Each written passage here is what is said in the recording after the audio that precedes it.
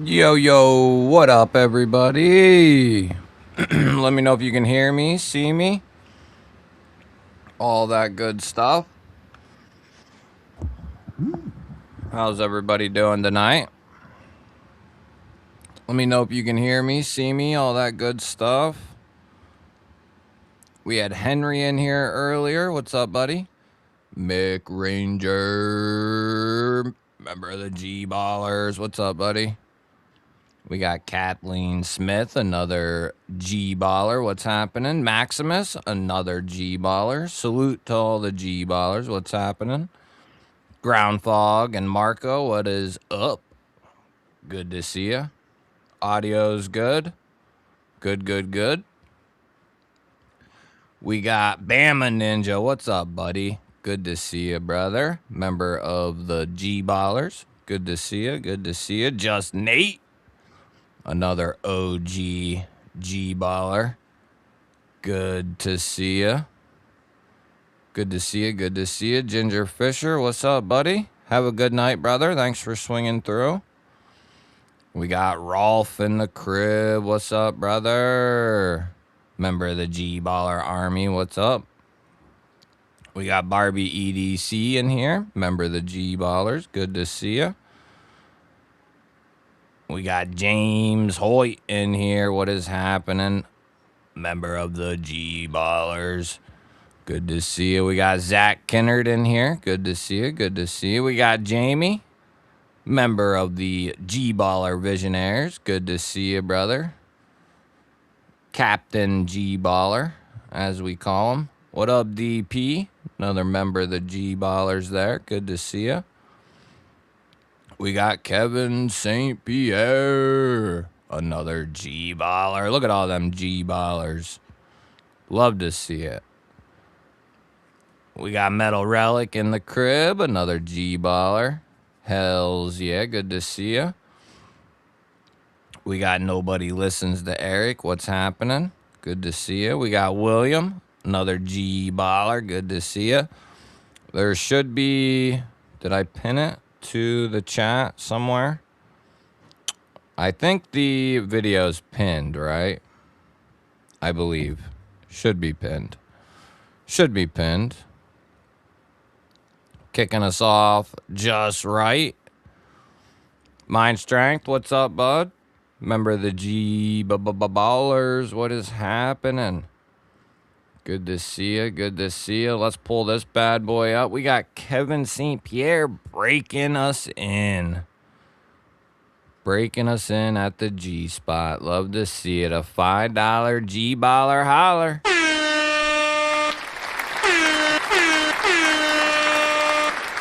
Kicking us off just right. Thank you, brother. Being a G-Baller.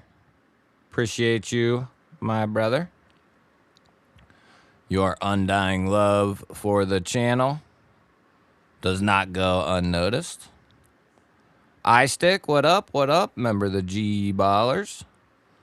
We got KR in here. Member of the G-Ballers. Good to see you. Mikey Reese, what up, bud? Good to see you. We got Cicero in the crib. Another member of the G-Ballers right there. I never get tired of saying that either. Good to see you, bro. We got Rentor in here. Member of the G-Ballers. Good to see you. We got Someway, Michael Miller. All coming into play around. It's good to see y'all. Sharper Than Most, what up? Good to see you. Make sure that if you're subscribed to both my channels that you're in the GBall Vision chat, not the GBall Vision survival chat.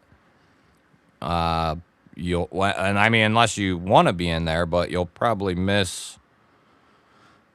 I can see both conversations, but I don't think you can see both conversations. So make sure you're in the right chat. It happens every weekend. People find their way into the GBall Vision survival chat, which is cool. Just most people won't see you. So make sure you swing over to the GBall Vision chat. Kevin, thank you. We got 5x5s rolling in. Cicero's taking his jacket off in the G spot. Getting nice and cozy. Yeah, so I forgot. I typically, like when I upload the members video, I typically write it out like it's going to be a normal video, so that way the AI doesn't know any different. But I forgot about doing that this time, and it's the first time in a while, but I put what the title is now, like get ready to go in the G spot or whatever. Anyway, long story short, ended up taking like an hour to upload the members video, but it is up. It is live. Got a givey all planned out for tonight. We got Renthor coming in with a $2 Gballer holler. Thank you, brother. Hey, y'all. Glad we could all make it. Yeah, hell yeah.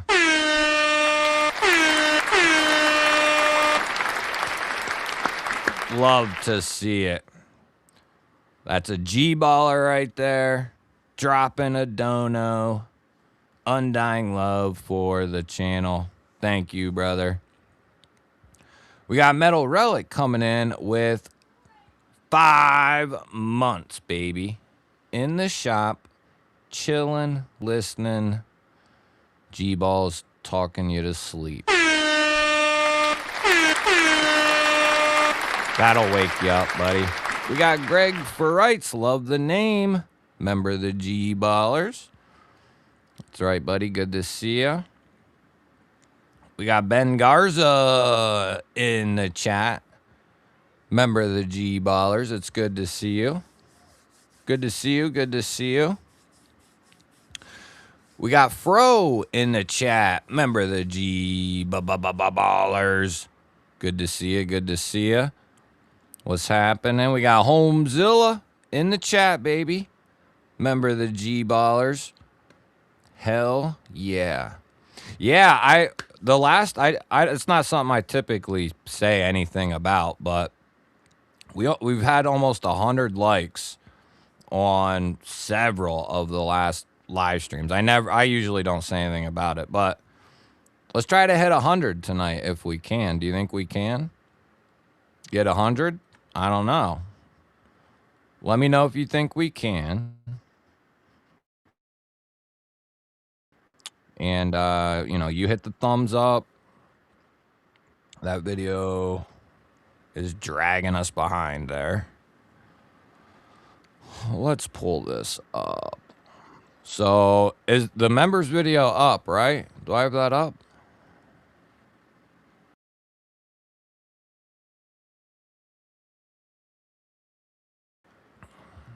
So we got 40 thummies already. Holy hell, we're almost halfway there. So let's get a hundo. Let's get a hundo. All right. Let's get a hundo. Smacking all the like buttons, baby. Greg Givvies with the fingers of a sailor.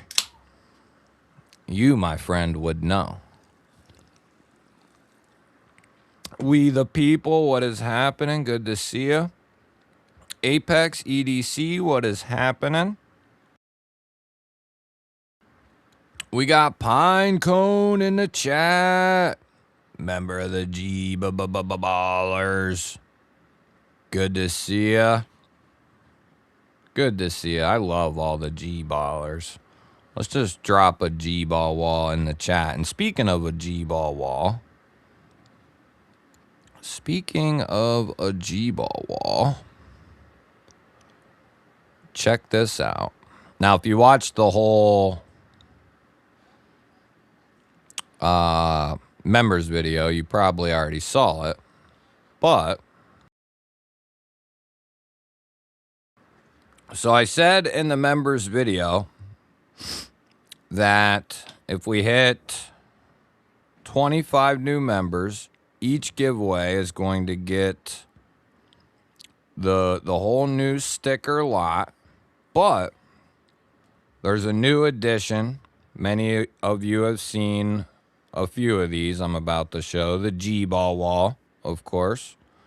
Love that. Love that. We got the GBall.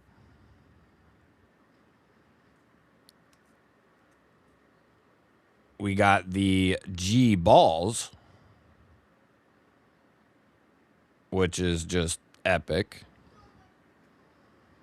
And we got the first run. Basically a proto. I think I got like 50 or 100 of these. So not a ton. But we got the first Spine Whack sticky. Spine Whack King. We got the GBall Vision background. The same color background, whatever you want to call it. Gray, white, whatever it is.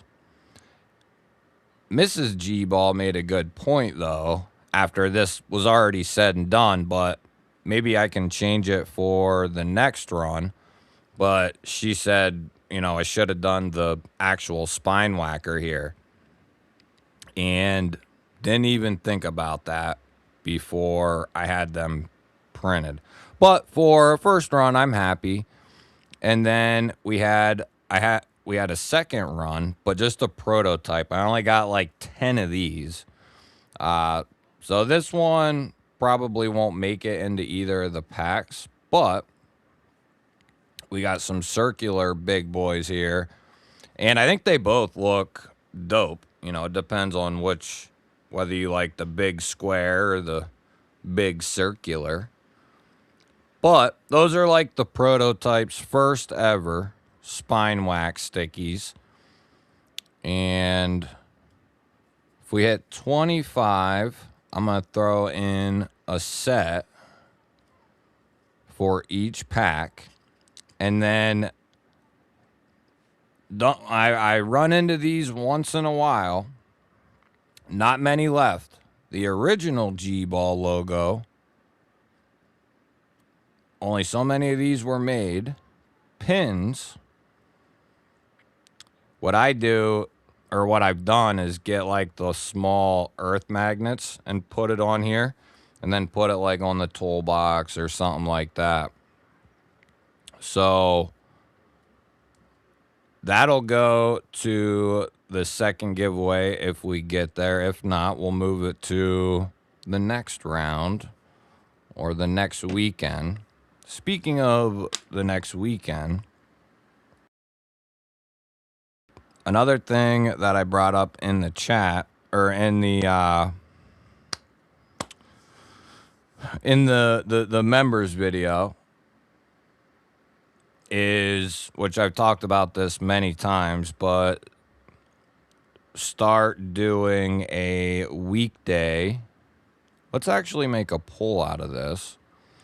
If we were to start off, well, as I've said, if I can get caught up to where I need to be, I'd love to do a midday stream 3, 4, 5 days a week.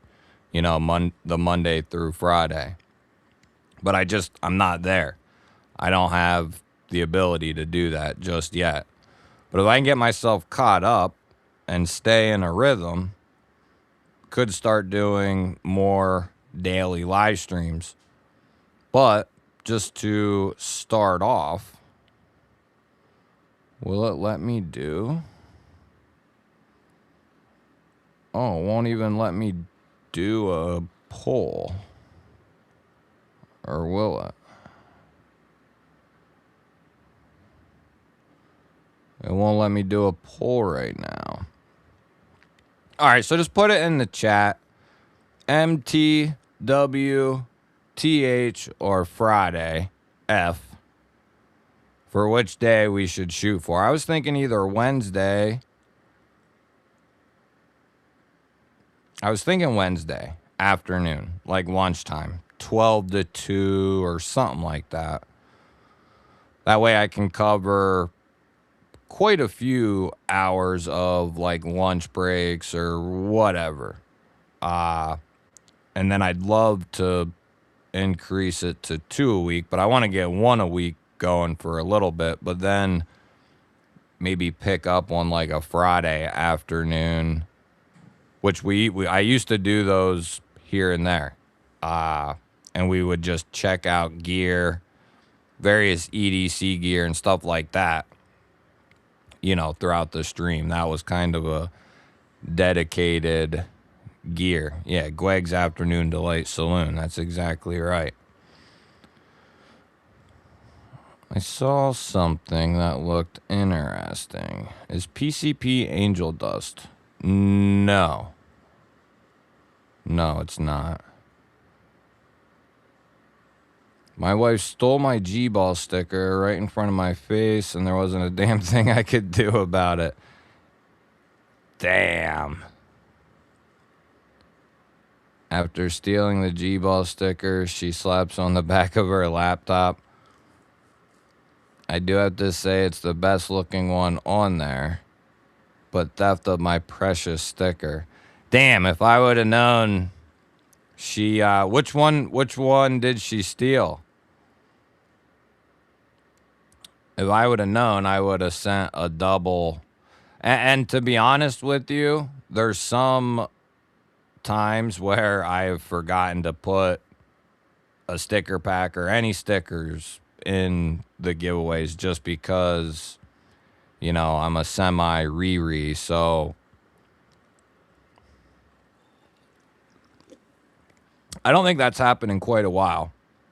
As a matter of fact, I think almost every sale, like package, which was like 15 or something like that, all of them got some sort of GBall sticker.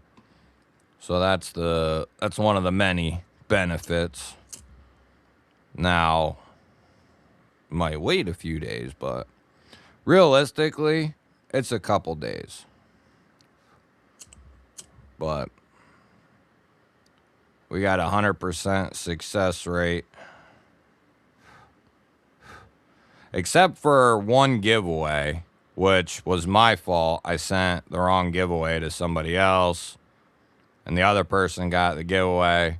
And I don't even remember who it was. I was like, whatever. But I made it right. And that right, Lando? Lando, where you at, dog? Hump day. Yeah, I was thinking the same thing. If I can start off with a Wednesday, Saturday, and Wednesday, and then I'd love to... I've told many of you in the past, if I had my way, I would do like a live stream, a podcast, whatever you want to say, like every morning, Monday through Friday, just to hang out, talk knives or gear, knife topics. But because when I only do one a week, we don't get to talk a ton of knives. I've made it a point to bring in more knives, but we do just a lot of catching up at this point. The first knife we might as well talk about is this guy here. How can I...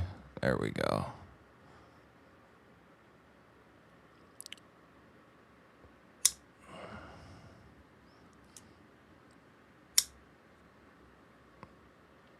So who's been following Miggeron the last couple of months? Because you should be if you're not. They are just killing it. Killing it. I want to get this up just so I don't forget. Might as well pull it up.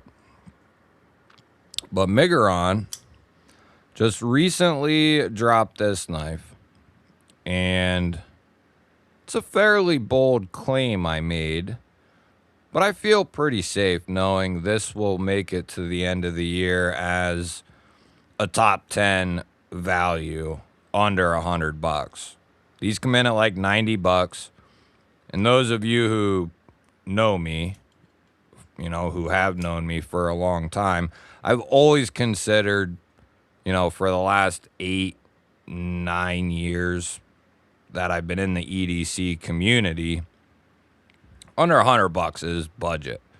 Let's just keep it even insanely realistic and say there's $1,000 knives. Well, under 100 would be considered a more affordable / budget knife compared to that $900,000 knife, right?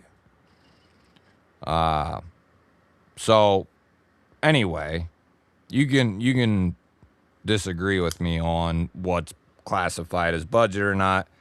6 or 7 years ago, when somebody would say, no, I don't agree with that, I was like, okay, whatever. But in 2026, I think it's pretty safe to just classify it that way. And even if you don't, doesn't really matter. This knife is coming in at $90. It's got several huge draws to it. One of them being the 19C 27 steel, 14C's brother, with better edge retention, very well rounded. Way better edge retention than 14C. Close, I believe, to like a D2, or maybe just right below it, right with it, somewhere in there.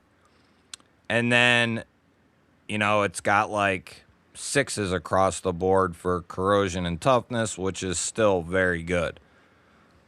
So under $100, this is on paper a well-rounded steel. Then the other huge draw is this is a button-operated liner lock. A lot of people really like that. I do. And then they've had a bunch of cherries on top of every knife. And this one is going to be the fact that it's not aluminum handles with texture. It's titanium handles with a deep carry titanium clip for $90. That is mighty impressive. At least I think so. To get titanium body, titanium clip. Like, even if this was 14C, this would be a good deal. For $90. You know what I mean? And it's got the Sagaha texture on it. So another nice little touch. You can get them in a multitude of colors. Oh, and if you want to drop your EDC in for tonight, or what knives you're hunting down, whatever your little heart desires. So there's the Hover. You can get like the aqua green. You can get the pink sun blasted version. You can get the blurple one like I got. You can get the purple carbon fiber, the green carbon fiber, and then the raw titanium. But what's cool is you can, for instance, pick the titanium, and they got tons of them, guys. So tons of each model.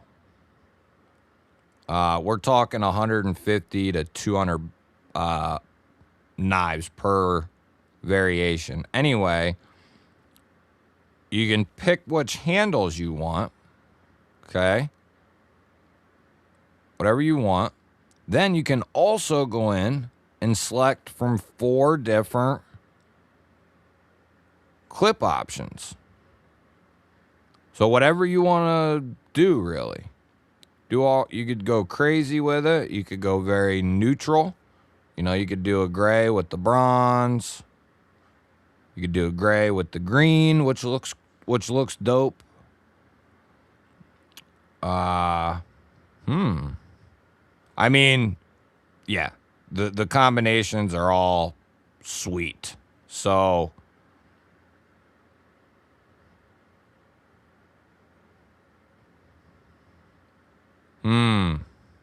Damn, I might end up getting another one of these.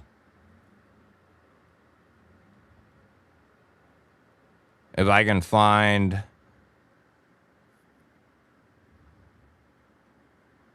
If I can find something I really... A combo. I do like that green with the purple. That's tough. Anyway, excellent knife for 90 bucks. Now, if you're someone who don't want to jump that high, they got a knife of the year contender at 60 bucks and at 30 bucks, in my opinion. Feel free to disagree. But right here, we got the Karak. Did the Karak go up in price? Oh, no, wait. Yeah, it did. The Karak wasn't 60. Or those are new versions, maybe. Let me look here. Oh, okay, yeah. Yeah, oh, they didn't. Okay. So we got the Karak original with aluminum and D2 done right, like 60, 61 HRC on average, which is great for a $37 knife. But it looks like they came out with some new joints as well. Of course, they got the big boy, the Arma there. Love that one. But, and here again, for those of you who have been around me for a long time, know that I used to be a huge Migron fan. Like, before I ever started the channel, like Migron, and when I started the channel, I used to yell about them all the time. Just bringing the value to the table. We assumed that maybe the 14C could have been heat treated just a little bit higher, but all things considered, at the price, everything you were getting still worked very good. I, used many Migrons over the years in 14C, fine. But since the changes went underway, they have seemingly stepped things up into another gear that we didn't know they even had. Maybe didn't know they had, because we knew the potential they had with their more premium stuff that we've seen over the years. Them and AM8 have done a great job. But it seems like a little different Migron. Kind of the same, but a little different in a much better way. And they went through some changes up at the top there. So what all changed and all that stuff, I'm not 100% sure on that part, but I do know, very high levels were changed around. That's why we didn't hear anything from them. That's why we saw stock on Amazon dwindle away and didn't know why for a long time, and now it's completely gone. They dropped like 5 new models and started a new website and became a retailer for other knife companies. So not only can you go to Migron's website, which I threw in the chat, I think. I'll throw it in there again. But you can go over there and look at all kinds of different companies and so on and so forth.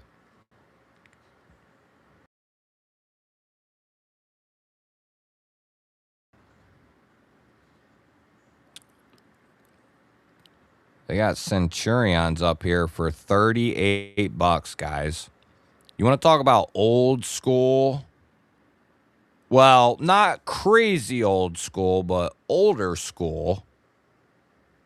When these knives came, and this is a good size too, 3.5 inch 14C blade. Sculpted, nice, contoured G10 handles. And on top of that, a milled titanium clip. Okay? $38 right now. So you could potentially go over to Migron's website and score, like, depending on what we set the price at, but like you could potentially get like 3 incredible budget knives for under $100, or relatively close. Like the Prayer 2, easy recommend at $33. Easy recommend. And this one has a updated milled tie clip. They only ran that one on a few models that I'm aware of. So the Valona, of course, doesn't need any introduction, but that one's sitting at 53, which is very fair. But $33 for the Prayer 2. The Gballer has the redesigned pocket clip as well. One of the last knives before they changed owners, actually. $47, $48 for that. So for right around $100, you could get 3 budget knives, all with titanium clips. Micarta, G10, 14C. Man, when I went over to their website the other day and saw, because I thought maybe a lot of that older stuff was gone, and it might eventually work its way completely gone unless they redo it, re-put it out in a different form. But there's some good eating over there if you're in the budget range, if you're wanting to just get some new knives because you got the itch. You need a couple of beaters to put in various places, whatever. Gifts, all that type of stuff. Just killer stuff. I mean, I'm mainly thinking for yourself, right? Paul Mills, member of the Gballers. What's up, buddy? We got Ronnie Crow in here, member of the Gballers. We got Roger Baker, member of the Gballers. Good to see ya. We got Dan Stan in here. What's happening?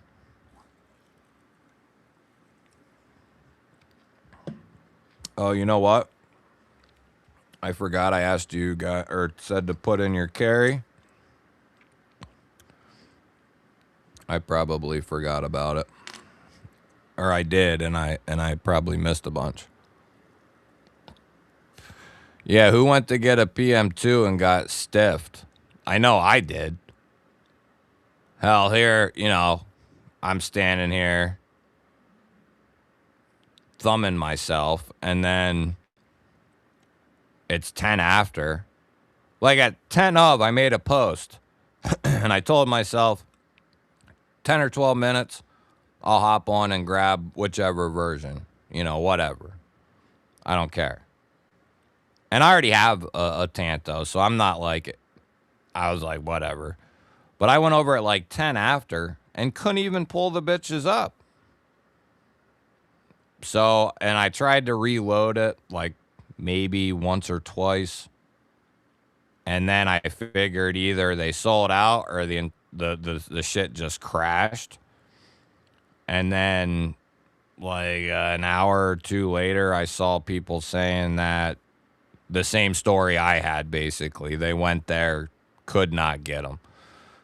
So I would say that was a horrible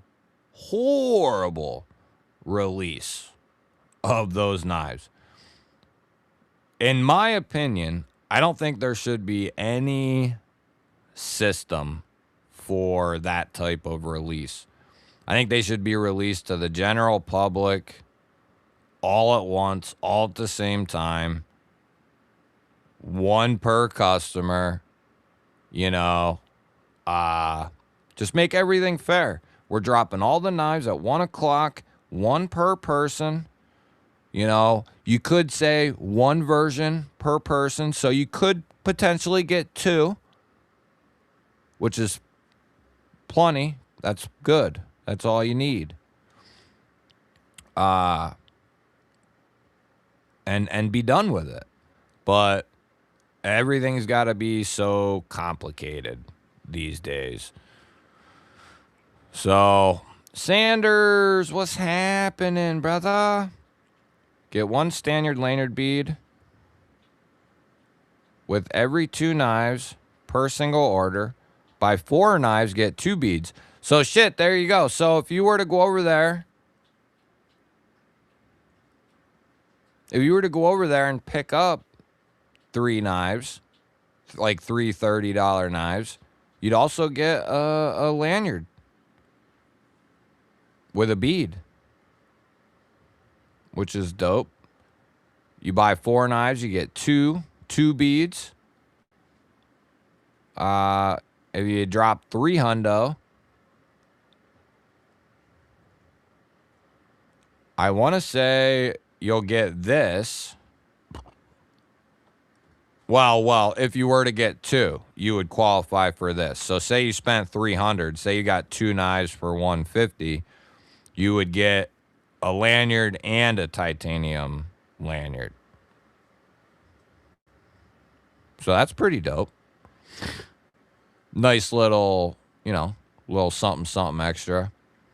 But yeah, if Migron continues what they're doing, they will have themselves right back in the driver's seat for knives $40 to $60, $70, and maybe even higher would be like a front runner, because 3 or 4 years ago, if you would have said, who makes the most appealing or appetizing $50 knife, and you asked me that anytime from like 3 years ago to 8 years ago, I would have said Migron probably almost every single time.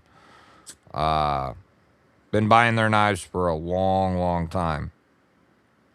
They were the first company to put out a really good quality folder, like a good design, good quality, good materials, and put a freaking titanium clip on it and offer it at like $55, $60. It's just that extra little touch that attention to detail that I talk about in my normal videos, that you guys, you guys know I say that because you all are always watching my daily videos.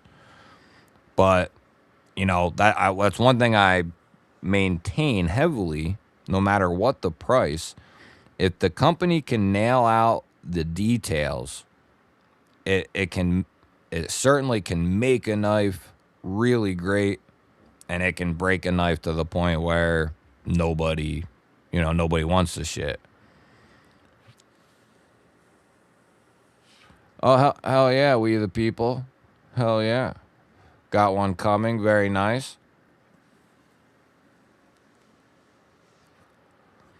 Yeah, no question. Yeah, and that's another way they can make a really nice name for themselves, Homezilla, is by continuing to put out the proper protocol and treatment for the steels they're using. So, and it's funny that you say that, Homezilla, because a couple of years ago, not that they had a bad reputation or a horrible name, but it was just from minimal testing that we had access to, numbers, and then just testing, we could tell that sometimes it was really good 14C, and then other times it was like so-so, like it was all right. You still felt like you got a good deal. It did the job. So they were kind of like, a couple years ago. And now they're hailed as like, so companies can turn it around if they want to. This week's Ozark Trail, dysentery feet. Hell yeah, got the perp coming. Carrick and Solar, good choices. Bama Ninja's got a Griptilian. Hell yeah. Yeah, Dan Stan, that's another good call. That's something I didn't bring up tonight. I did in the video, but we don't get to see a ton of whatever you want to call it, a Nessmuck style, a Kukri style, a Schillen style, whatever you want to call it, I don't care. But that style of blade, like we have with the Hover here, I love it because it's a little different, and I like a little different. I like a lot different as well. It's just something that appeals to me. It always has, but even more so now. But I just love that blade shape. It's very versatile. It'll poke, it'll pierce, it'll slice, it'll skin. You know, it's kind of like just an all around. How did that happen? It's just an all around good blade shape. You know, it's low enough with a little bit of belly. You can do detail work with it. It works good. I like it. It was a great blade shape to introduce on a new budget knife. $100 is less than a tank of gas for my F-150, so that says budget to me. Yeah, that's another way to look at it. And like I get, and it's not like I'm freaking, I don't got any money, but I'm, realistic enough. A realist, like under $100 is budget territory for a knife, like for knives, for a folding knife. And I would say that generally, probably even 10 to 15 years, that would be a common consensus anyway. Now, some people have like 75 or 80, but I've maintained for almost a decade now that under 100. What's up, Bubby? Carrying the Kershaw Launch 8, eagerly awaiting my birthday. Ooh, yeah, the mini Adamas. Hello, Bubba. Little mini G-Ball. Yeah, exactly. Being able to customize it is dope. Yep. Yeah, they are. And that's what I'm getting at, though. Hopefully, Kaiser has all the potential in the world. If they even just subtract, like, off their workload, a design or two per month and put that time into the heat treat, they have it. What we hope for is that every company continues to get better and make progress, because it's just better for all of us. Just drives, because that laziness or that kind of lackluster way of dealing with the heat treat, it's just not good momentum,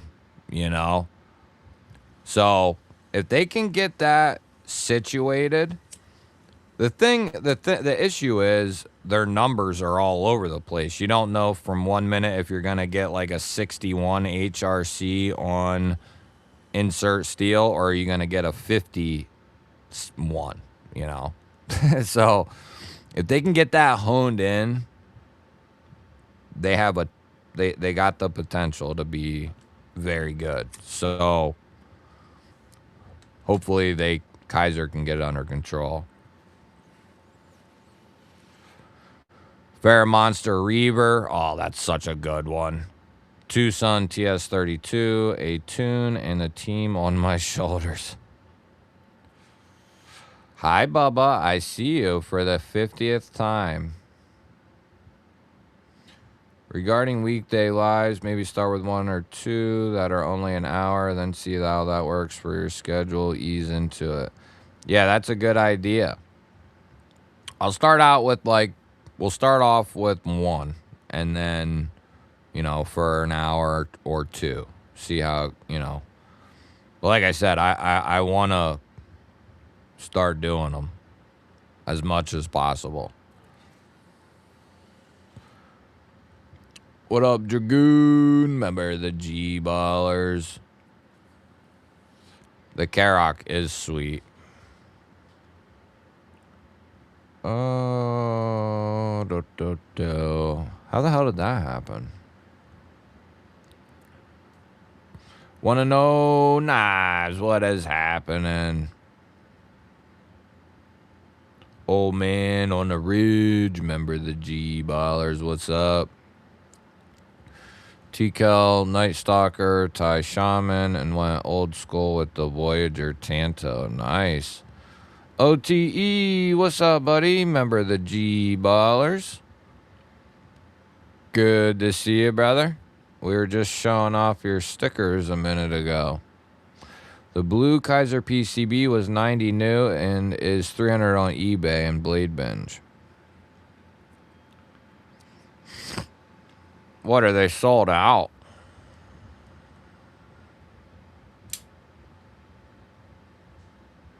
It is cool. Not $300 cool, but it's cool. I said in the video, they made this like a push button, the pivot. It's like a push button. Had they have made like a LED on each side, just a single light even. Just a single light. Probably would have been a lot more work than it's worth, but it would have been cool nonetheless. But just like a single LED on each side when you push that pivot would have been really sweet. That'll be the next thing we have is like folding knives like that with flashlights built in, you know, 1,000 lumen.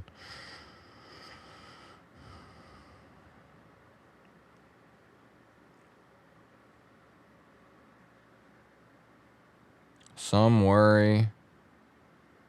Kaiser has some stuff up their sleeve.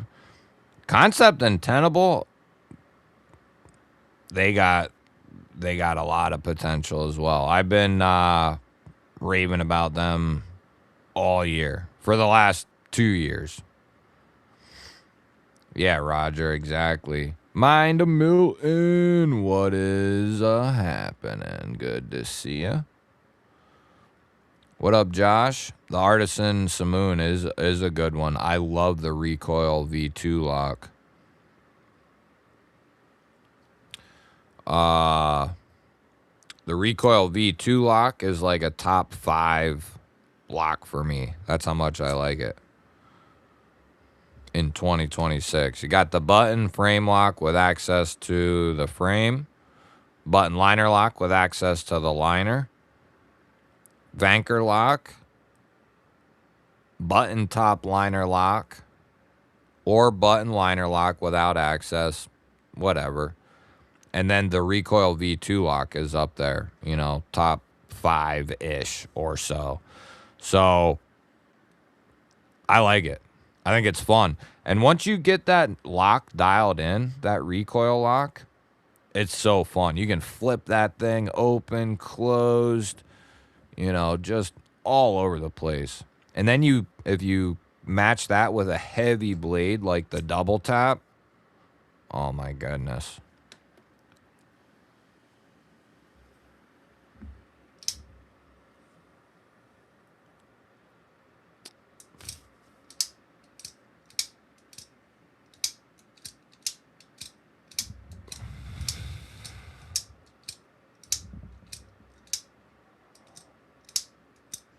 Love that thing, man.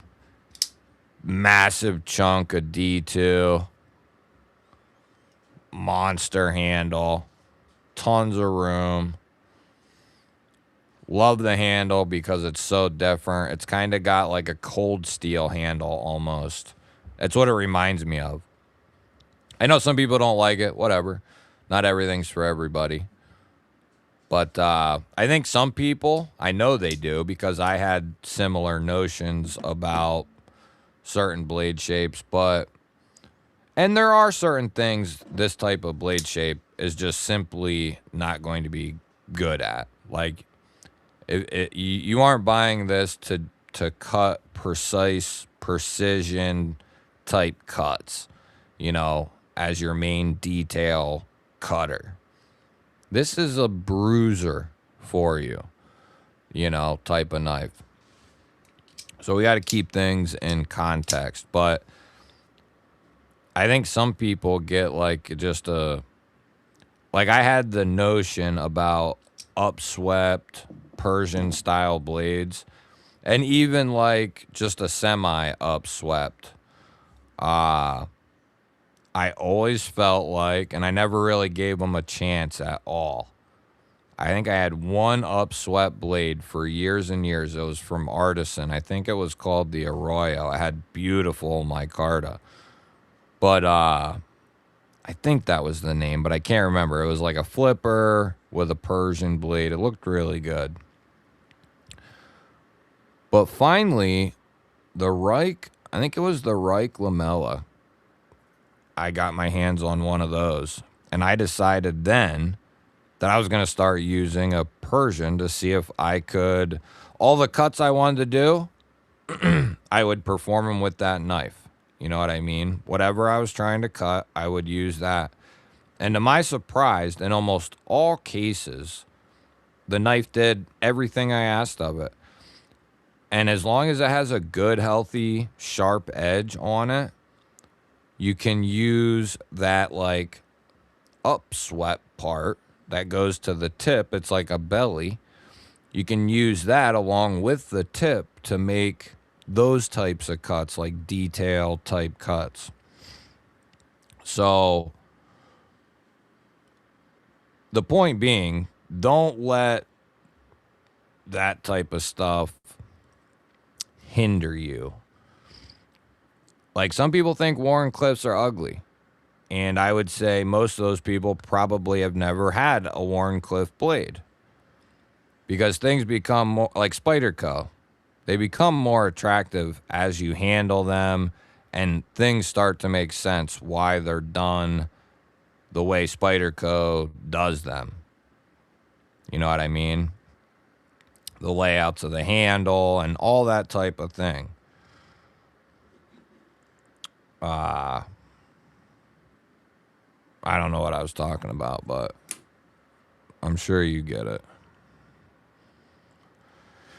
I did not get to pick this. Yeah, I think, and Savibi and I think they're falling behind. Actually, I felt that way for many years. Actually, see, I don't call them data centers. I call them surveillance centers. That's what they are. Let's call them by not, you know, the propaganda term that everyone wants you to call them. Call them surveillance centers, because that's what the intended idea is, whether anyone says that out loud or not. Yeah, if you like, and you can pick the double tap up for like 60, 70, 80 in various forms. G10, aluminum. That one I was showing is aluminum, which I think for the $10 difference from the G10 to the aluminum, there's no question to go with the aluminum. Feels better, sounds better. It's better, in my opinion. But I hope they do the Tundra and the Proponent even with the recoil lock. Oh, that's what I was going to say. Give certain blades a chance. You know what I mean? It's worth giving them a shot. Even if you think it might not do what you want it to do, it might surprise you. And then you might end up finding, you know, it's like you take a chance on a certain lock, or when you first get in, you take a chance on certain deployment methods. Like, oh, I'm going to try out this knife with a rear flipper or a front flipper or whatever you have an experience. You try it and you're like, oh, it's actually enjoyable, fun, easy to do, whatever it is. Blade shapes will surprise you in that way also.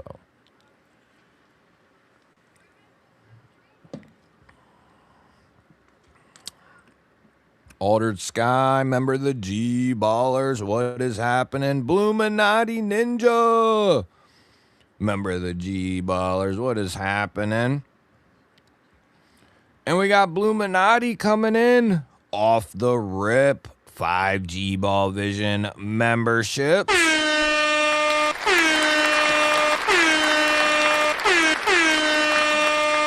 Busting us wide open. I mentioned that at the beginning and completely forgot all about it. Bluminati, you the man. Thank you, brother. Your undying love for the GBall Army does not go unnoticed, my friend. And Bluminati pops the cherry in the G spot for 5 members towards the 25. If we hit 25, we'll do a second giveaway. The first giveaway, the regular one, I got to get the other knife out. We got People the Wee, Mr. Cyrus the Virus. No, you ain't. Kyle Armstrong, Will, Mark. Welcome to the G-Ballers. You can thank Bluminati.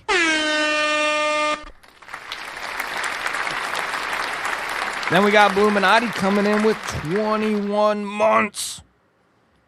That's long time G-Baller status right there, baby.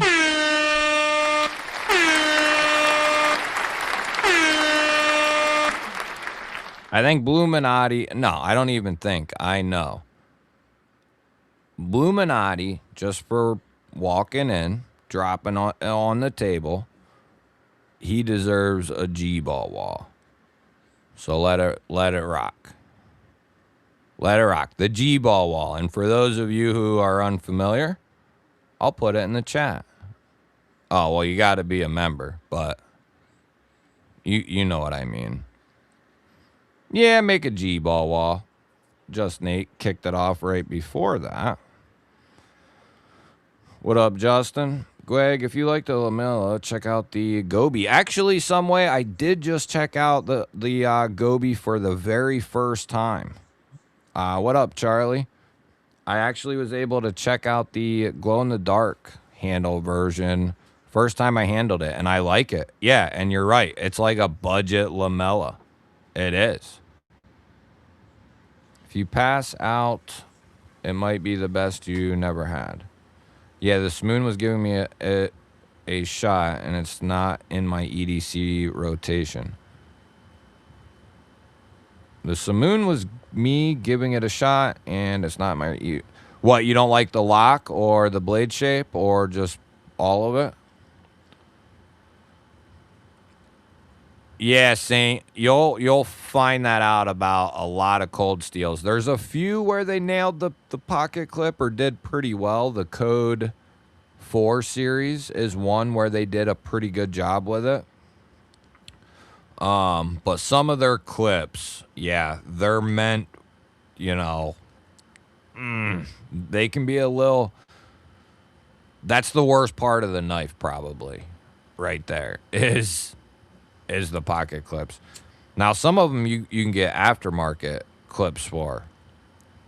The stuff's starting to finally come out. Oh, now it's in your rotation. Okay, yeah. See, that's exactly what I'm saying. It happened to me, you know, throughout my collecting time. Because, like, that's what I am. I'm a knife enthusiast first, pretty much. And then a collector right behind that, you know. So that was always my thought process. Also that I want a bunch of classifications of knives. I don't want just one classification. I don't want just a bunch of safe queens. I don't want just a bunch of users. I don't want just a bunch of stuff in the middle or whatever. I want some cheap crap I can beat on and put in various places, and stuff I can put in the collection that, you know, might not serve a value purpose, but it serves other purposes, you know. you like the design or whatever the case is. It's sentimental, blah, blah, blah, blah. You know, just to spread out the love. Now, some people are just looking for a knife, you know, when they come on through. And then they soon find out they need 20 more, you know. It's the same thing. The same thing I went through, a lot of people go through. You buy your first knife from somewhere, and you, for whatever reason, look up a video on it, or you know, look up something on the steel or whatever the hell it is. Something makes you get on YouTube and scope out something to do with knives. Then you're introduced to a world you had no idea existed. You know, small corner of the internet that's growing by the day. But you find out there's all kinds of different steels, all kinds of different blade shapes, all kinds of different deployment methods, different finishes that you may love, like belt satins, hand satins, machine satins, DLC, satin, you know, all kinds of different handle materials and inlay combos you can do. Different combinations of all of those. So it kind of, like with me, my original intent was to try as much as I could. Different steels, deployments, locks, prices of knives, you know, all that sort of thing. And none of that's really changed at all.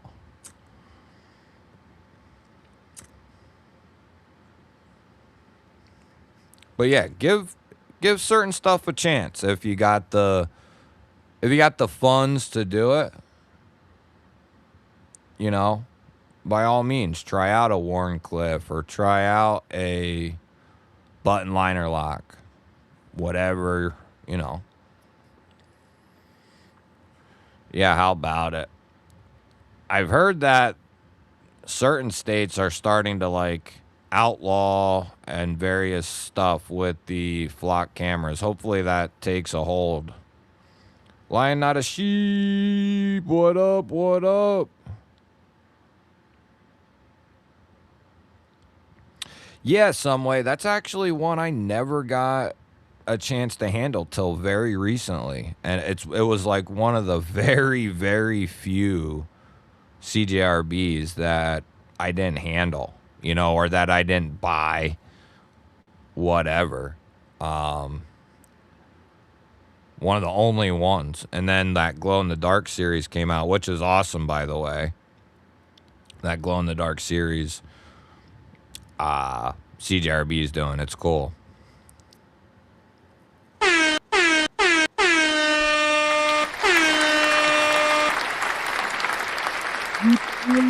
Coming a Gballer. Hell to the yeah.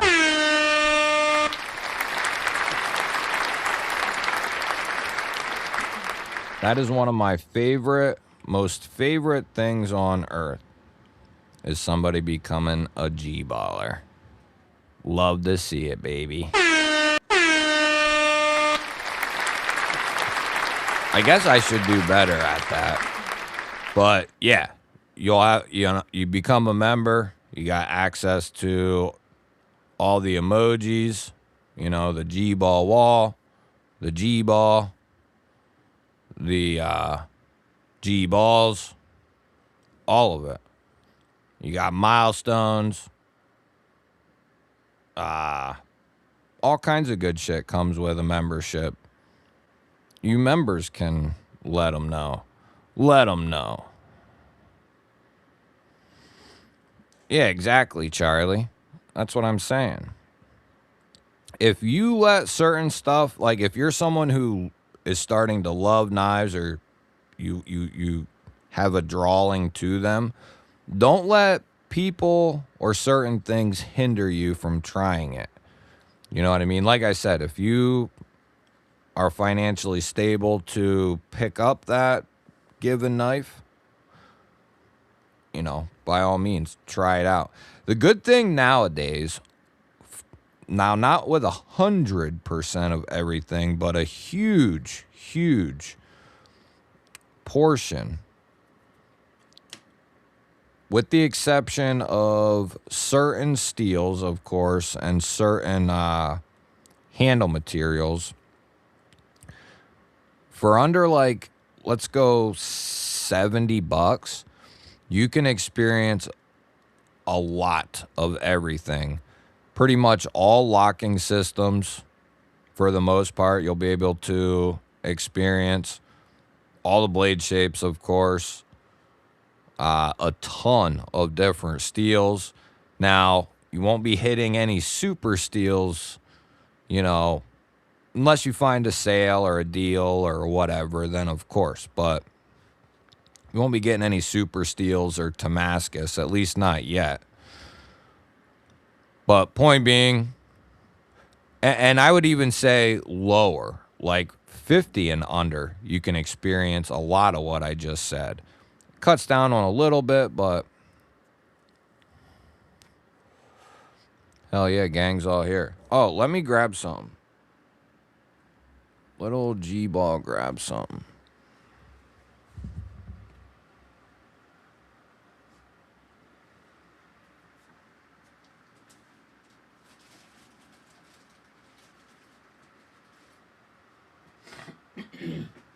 Whoa. Not really. On the edge, we got to show some on the edge swag. We showed them a little bit earlier. So as I said, just like the emojis, you got the G-Ball wall. Okay. All coming from on the edge. We can get a moderator maybe to put his link in the chat. So you got the G-Ball wall, then you got the G-Ball, the newest G-Ball sticker.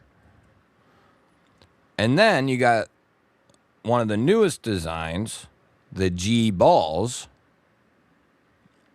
Credit to Dang Riggedy Ross for the edit. Thank you, brother. And then the newest addition to the sticker compilation, the latest run, we got the prototype first run spine whack stickies for the spine whack. As I said, for a second run, I'm going to try to get the actual spine whacker in there instead of the 4x4. Had I thought about it prior, might have been able to try that out. We'll have to see if I can. I want to get it in there for sure. I want to get the OG spine whacker in there. But for a first run, first try, very crisp. So that was Proto 1. Then we had Proto number 2, the circular variant, which I think looks very good. Very good. Circular version. And like I said, I plan on continuing to upgrade that design. So huge shout out to On the Edge for the stickies. Those came out beautimous. And as a member, you got access to those. As a member, you got access to the members giveaway video for tonight, which we're going to touch on that now. And then if we hit 25 new members before the end, we'll do a second giveaway. Whoops. You dummy.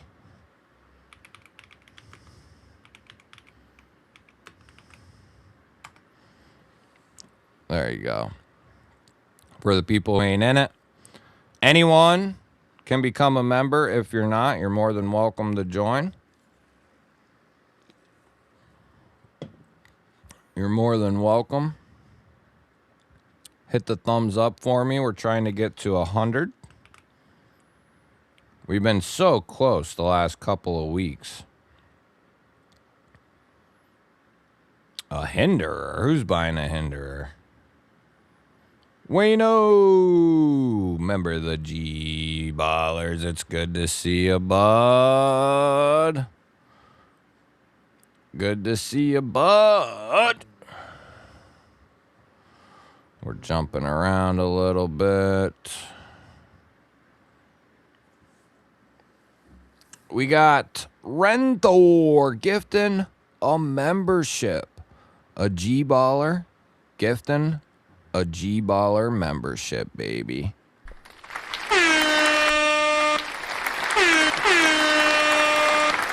And we got Wataru picking it up.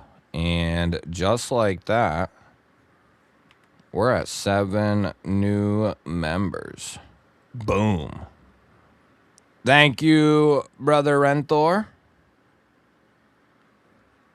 Your undying love for the GBall Vision G-Spot family does not go unnoticed. So I got a triple whammy for the members giveaway tonight. Actually, both giveaways that are planned have a triple whammy in them. So I was contemplated on this first one. I had it between 4 knives. What's up, YouTube Music Portal? Good to see you. What's happening? Take it easy. Who says that? Anyway, first knife up. So I wanted to do 3 different locks. All right. To spread out the love. So first, some of these, or this one, what the hell's the name? Oh, I do remember. So this one is the Lothar Raph or Raphael. One of the two. Don't remember. But it's awesome. I don't know why I'm getting rid of it, actually. But anyway, it's like a, I think it's supposed to be like Ninja Turtles, which I like. Anyway, Tanto, 14C. You got red studs, pivot, and button. It's a button plunge lock, but it's very solid. Good, strong springs. Lockup is good. It's not just going to close on you because it gets a little adversity pushed towards it. So good combo. And from what I'm aware of, they do a good job with their 14C. I believe Nedfoss and Lothar are sister companies. Don't hold me to that, but I'm pretty sure that's the way it goes. Anyway, recessed deep carry clip. It's left-hand friendly. And then the body and backspacer are aluminum. The studs are as well. So, little gentleman's thumb stud joint. The second knife is going to be from Kaiser. And it is the Exist, I believe it's called. Yeah.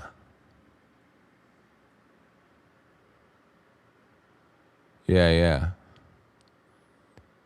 La la la la la. My name's Greg.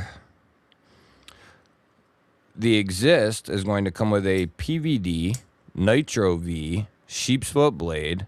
Great little user utility folder. 5th pocket for me. My personal preference, but a good utility folder nonetheless. Crossbar lock. Really good, strong springs. Good acoustics. For a sheep's foot, or for a crossbar lock, pretty good acoustics on micarta and steel. Speaking of the handle, it's micarta and steel. Then their standard carry clip, deep carry clip. It is left-hand friendly, making it completely ambidextrous. So we got button plunge lock, crossbar lock. Then we're going old school for you youngsters out there. We got the Kubi Atlas, baby.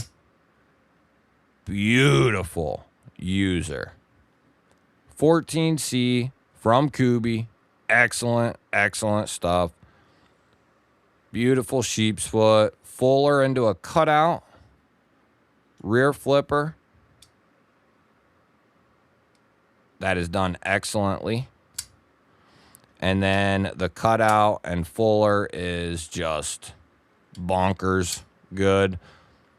Liner lock, good access. Textured G10. And then a nice deep carry clip. So that's the trio for the standard members giveaway tonight. And if we get a little closer, we'll go over what I have for the second package. But what's up, Burning Stables? Good to see you, buddy. You heading out? You heading out, brother? Appreciate you, man. If you're just dropping in and saying what's up, thank you, man. Yeah, do me a solid. Hit the thumbs up. Trying to get to a hundo. A hundo tonight. That's not something I ever ask of you. Because I don't know what it even really does for... I mean, it helps a little bit, but...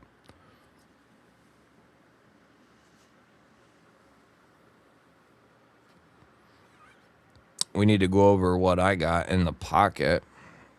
Speaking on our next knife, I am absolutely in love with this knife. And even with the M390, if this would have been like M390, like it's cool, it's fine with me because I love the design and the knife so much.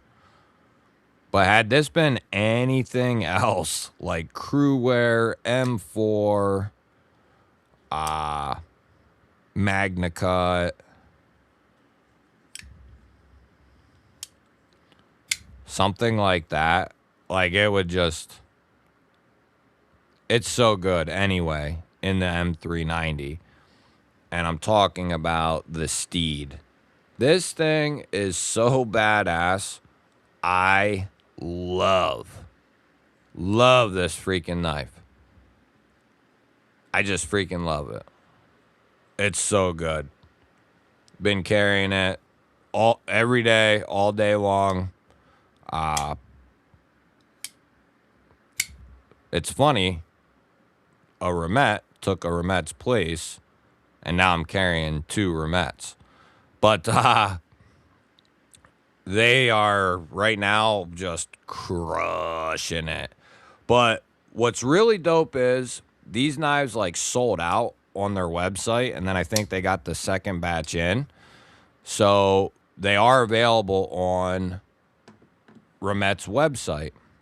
However, the Steed is actually going to be the August monthly Knife Club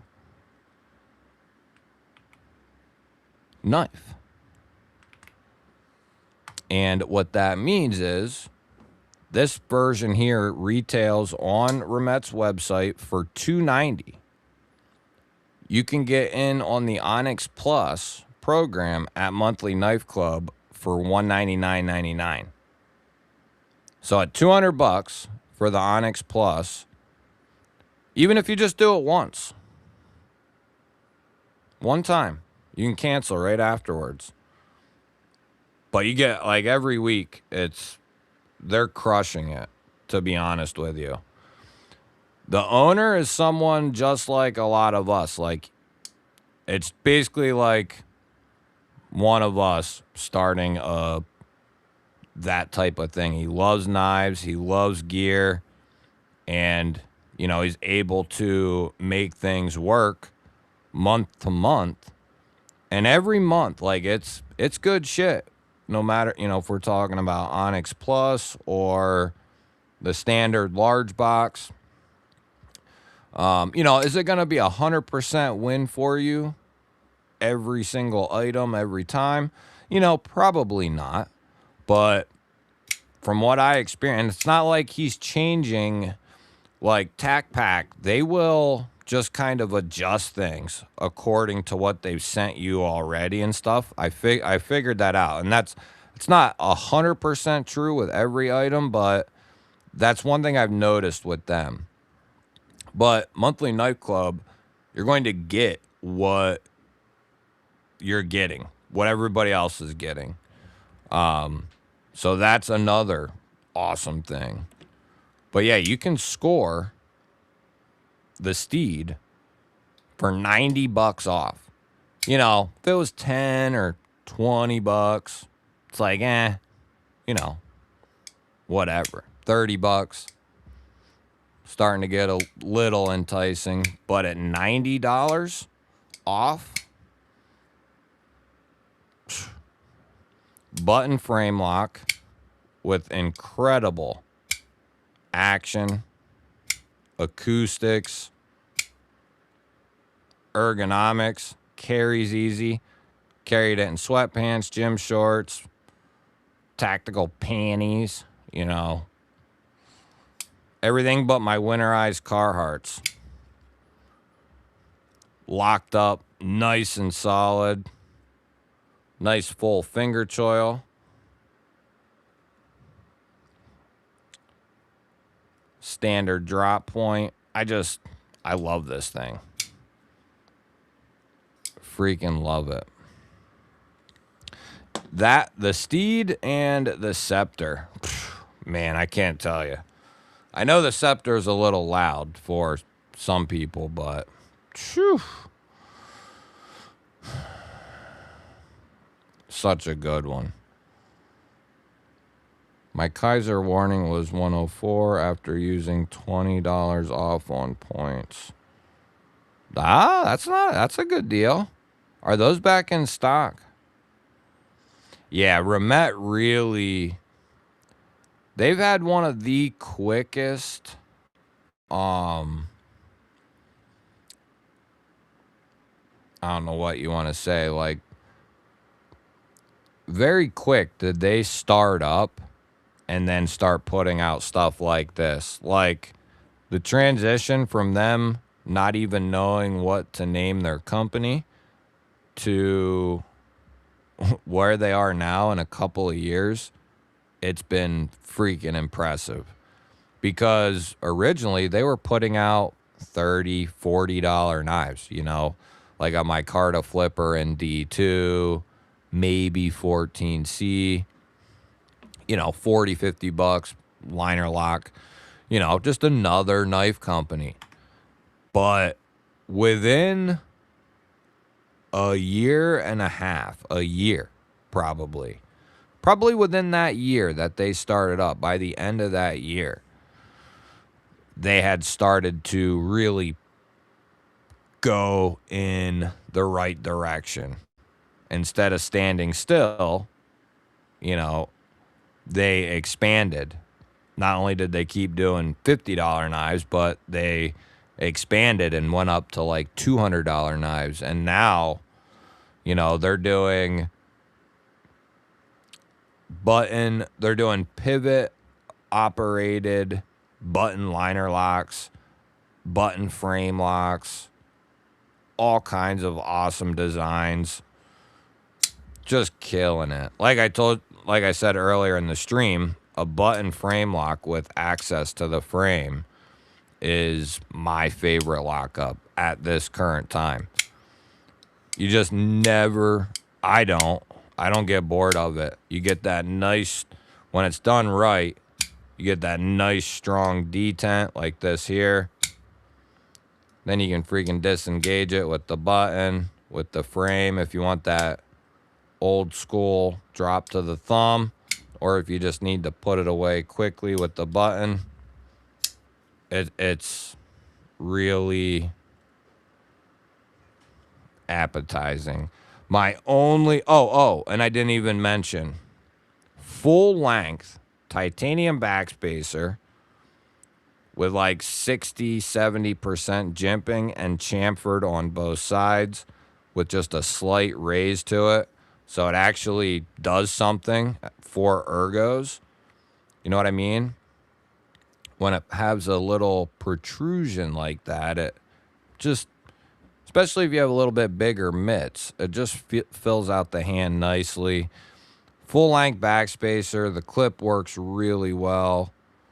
Just a lot to love on this knife. Man, it sounds so good.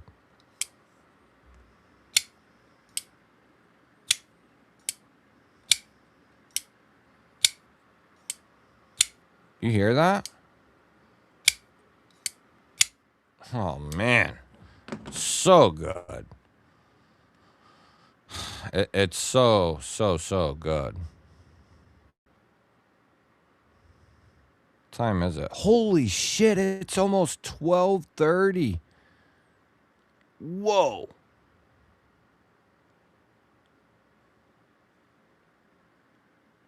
What's in Chromax?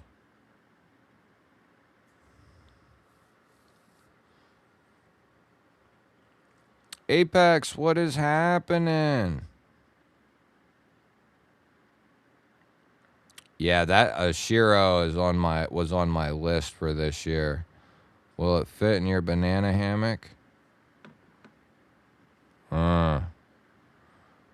Extra small. I don't know if that'll fit in there. It might. If you force it. If you force it, it might.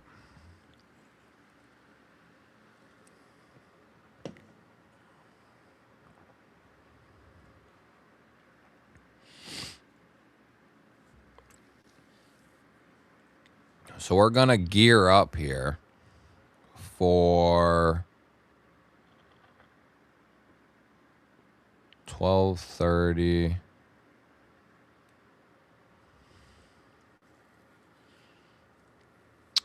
Did they? When did they release that wild species?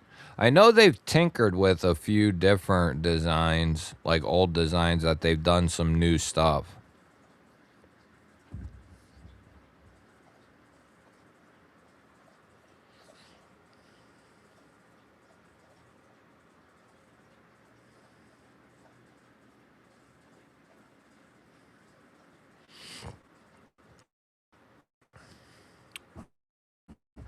Wait, what's going on with Kaiser?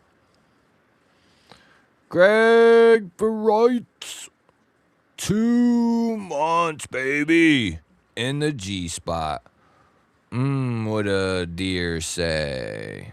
What to say? Deer and headlights. I thought you were getting ready to make a joke. All good, brother.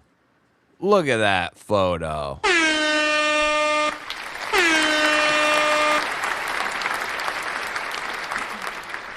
Of Gballers we got in here.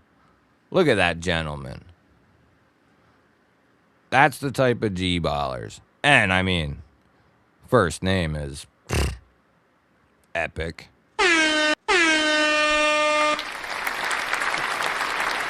Hell yeah. Hell yeah, brother. 2 months. Love to see it. Love to see it. Love those young ones as far as milestones. Oh, shoot. Hell yeah, bud. We're going to hit you with a double just because you're a Greg. Old Greg. I'm trying to think. Oh, Big Red comes on in a little bit, so I don't want to go too long, and then we miss, or we go into his stuff. But another company, many of you know I rave about constantly, that is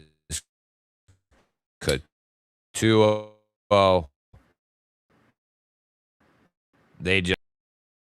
This is the new, oh shit. This is the new K2O Morgan. And they got more, loud versions like this. They got more subtle versions like, just standard. I think they did like a satin and Arctic Storm with just raw titanium. But another knife, if you're someone who's into acoustics, really good build quality and all that type of stuff, this Morgan is so good. Just listen. Be quiet.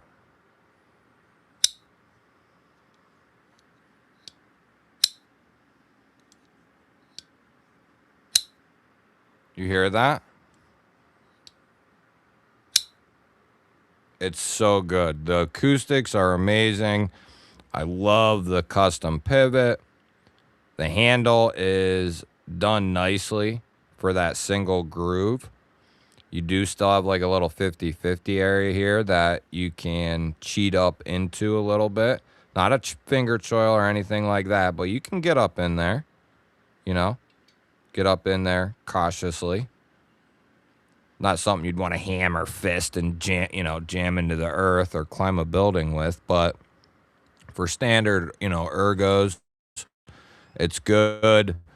And then the pocket clip.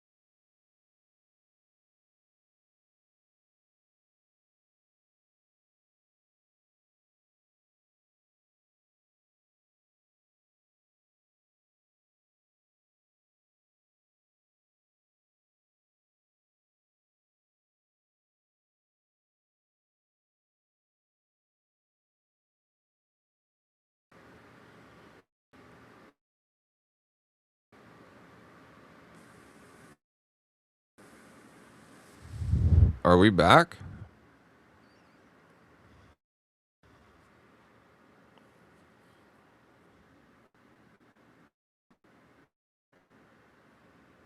Are we back or what? The freak is going on? This happens every Saturday. Everything goes real clean, real smooth. Then near the end of the stream, shit just goes to hell in a handbag. I don't know what the deal is. I need to order that. I need to order that new RAM drive is what I need to do and get it installed. I can get one for $100 and install it, and I think that'll solve all my issues. It's just this desktop don't have enough processing power, you know. It's just a little feller.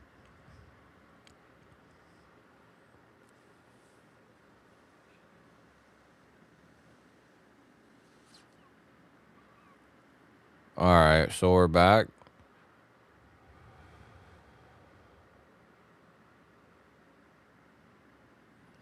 Yeah, that happens every weekend.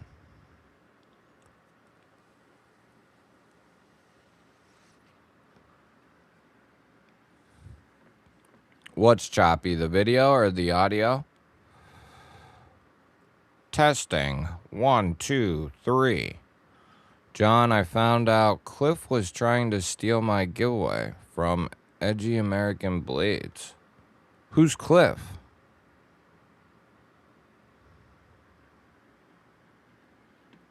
What, Michael Miller? Are you hacking me or something, bro?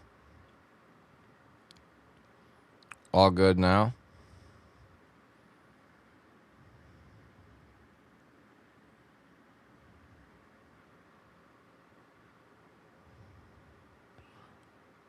Yeah, we'll go through like hour and a half, 2 hours, smooth sailing, looking at stuff online, whatever. And then the last like 30 minutes or so or whatever, it like just goes nuts, going crazy. All right, as long as you can sort of see me, sort of hear me, we're a lot better off than we was 3 years ago. Only the old school Gballers will remember the old days of streaming. There was always an issue. Audio, video, connection, internet connection. There was always an issue. It wasn't a live stream if I didn't have at least one of those issues and it be like a big pain in the ass major deal. Slowly started to get those fixed, but every now and again, or right at the end, you say something, the wrong thing, like surveillance center.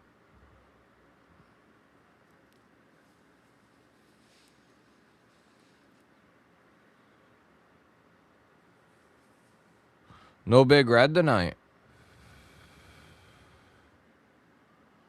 Oh, yeah, good point, Greg. Yeah, see?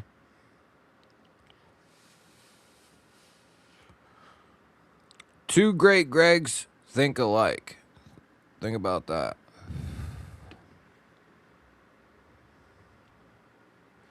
Wait a minute. Did I miss something?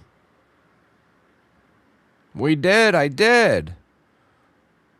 What in the hell? Ronnie Crow becoming a Gballer.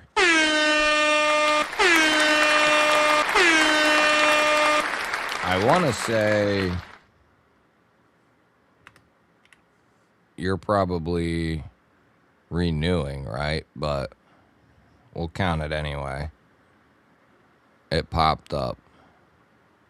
Welcome back, Ron, or I'm not sure what the deal is. Welcome either way, Ronnie. Good to see you, buddy. Are you doing a live stream tonight? I wonder if it's when I go to... Let's see if it happens. We've been clean this whole time. Let's see if it's when I go to this YouTube random comment picker website. Wonder if that's it. Here we go.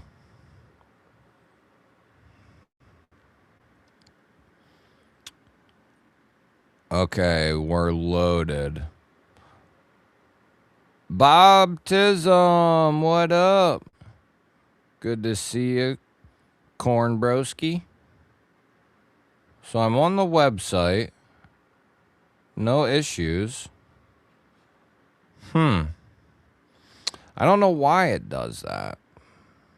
The internet has a mind of its own. Mickey Ranger coming in with a GBall Vision membership. And Bobtism picking it up. You can say thanks to old Mickey.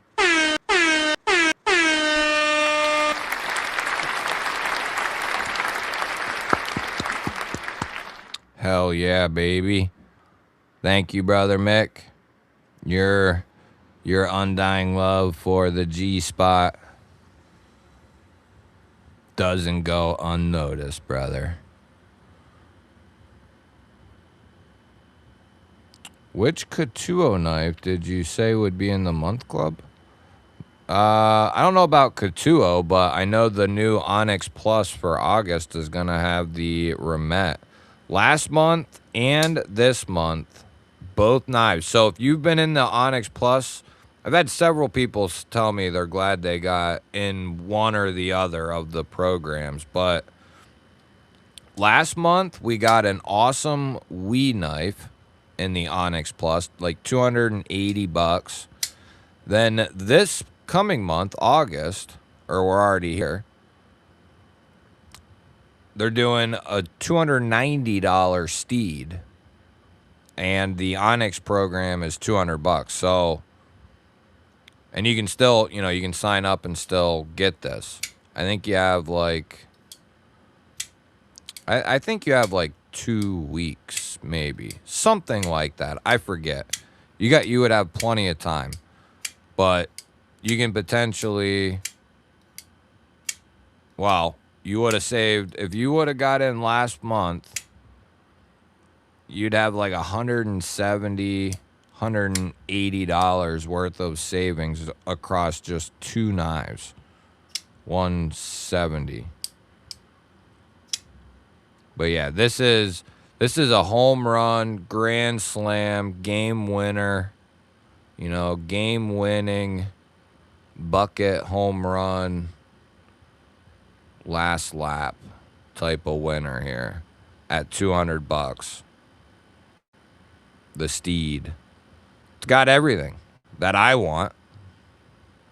See, there it goes. I think it is that website. Maybe not. I might be just tripping. But the Steed. You'd be crazy to go pick this up off their website for $290 when you can get it off of Monthly Knife Club. I want to see if this messes shit up.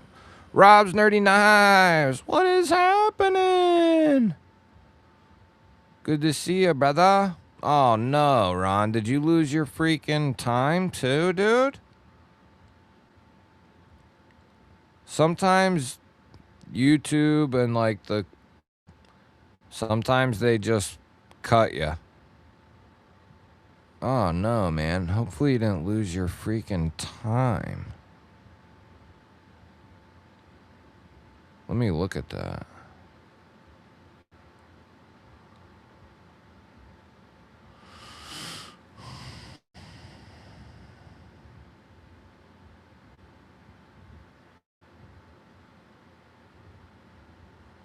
Bop, bop, bop, bop, bop. Oh, sweet. They let you keep your time, dude. I think you're good. That's awesome. They, you kept your time. That's the good stuff there. Keep your milestones and everything. All right, good. Oh, there's no big red tonight. Okay. My med's wearing off, so time to crash, or they're wearing in. Is that what you mean some way? They're wearing in? Yeah, iStick. Man, I gotta say, the Onyx Plus boxes I've seen in the past and experienced so far, like I said, is it gonna be 100% everything every time? You know, probably not, being realistic. But like even with, I think it was a couple months ago, there was a really nice Kubi, and it was more of like a secondary size. You know, it wasn't a huge knife, and but really good. You know, fit and finish, materials, all that type of stuff. I saw a few people complain about it, but I saw a few people that wanted that particular Kubi. But then they hit us with the what'd they hit us with last month? The Soothsayer, I think, which I actually have been carrying that quite a bit over the last couple of weeks. I think it's actually inside. Yeah, it's inside, sadly. And then this month, the Steed, which the Steed smokes the Soothsayer. Like the Soothsayer's real good, but this thing is like real damn good. So good. And the way nothing's overlooked, nothing. The button has a nice like frag texture to it. But then if you look at the studs, I call them elongated studs. Not only is it a nice place for your finger, your thumb to rest. I do wish they would have ran jimping out further up the spine. That was like the one thing I could critique on it, you know, or dock like a point. But the elongated thumb studs. These are really well thought out, because this entire flat area gives you a nice place to rest your entire thumb, and it's comfortable on top of that. And then you have these little stair steps. See if I can get you a good shot. You have these little stair step jimps, like 3 of them, right after that long run. And they're soft but sharp, if you understand what I'm saying. Like, they're nice. They work really well. And then it goes up to that ledge there. But it's just perfect for the thumb flick and the reverse flick. It's this just as easy to reverse flick it. Nah, baby, you here. If you are here, you have found the G spot. Whether here many times, you know, some have been here for years, which is impressive. Others are new to the G spot. But bet your ass, those of you who are here have found the G spot. That's all I will say about that. The next thing I want to talk about is this badass from Concept. We got to talk about, the main street. A new Main Street comes out, we're talking about it. Okay? Yeah, exactly, Mick. That's a good way to put it. Yeah, and I'm by no means saying it's a solution to everyone's problems or anything like that, or that it's something that you should do or anything like that. I'm just saying that if you want something fun, so first of all, if you can financially do it, like me, I'm an idiot and pay for TAC Pack every month, and I don't, I shouldn't be. I probably should cancel it, and I've been saying that for like 6 months. But I still get some cool stuff every month from Tac Pack. But if you got the funds and you want to get surprise goodies that do actually pan out pretty much every month to some good stuff, and it covers a pretty wide variety. Could be like camping or outdoor type stuff, sling bags, pouches, paracord, fire starters, compasses, all that type of stuff, right? Like I said, the owner loves gear and knives. And when I first talked to him a few months back, I was like, this is my people right here. Like, this dude, I talked to a lot of people, and that dude is up there on my level, or seems to be. But just somebody who loves freaking gear and all gear. Like, I'm a sucker for gear. I'm a 90s action baby. So I love gear, just the way that it goes. But a little bit of everything. But I did not try the Get Some. I do have the Usurper here, but I didn't, that's one I didn't, check out yet. I've done the Slashley, the Akimbo, the Morgan, and all three of those. Katuo is another company that's been just... Sometimes it's like that thing where all you can do is shake your head at how freaking awesome something is. It's kind of like what I do with Katuo. It's like, damn. As I mentioned earlier, since all of you watch my daily videos, you know that I say the details truly matter with knives and with many things, but really with knives. Coming from a carpenter background, details of things can make or break anything. But Katuo they were honed in tightly.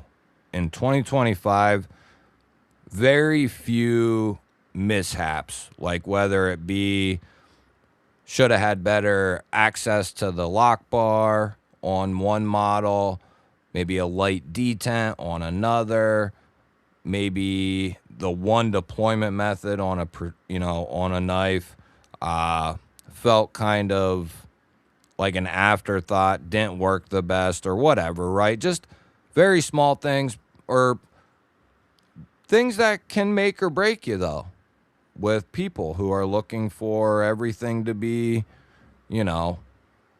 But in 2026, I haven't had any lock failures from them on any of their stuff. The edges out of the box have been insanely impressive. And then the fit and the finish, all that type of stuff. They're starting to use different steels, S45, M398. They use M390 quite a bit, 14C.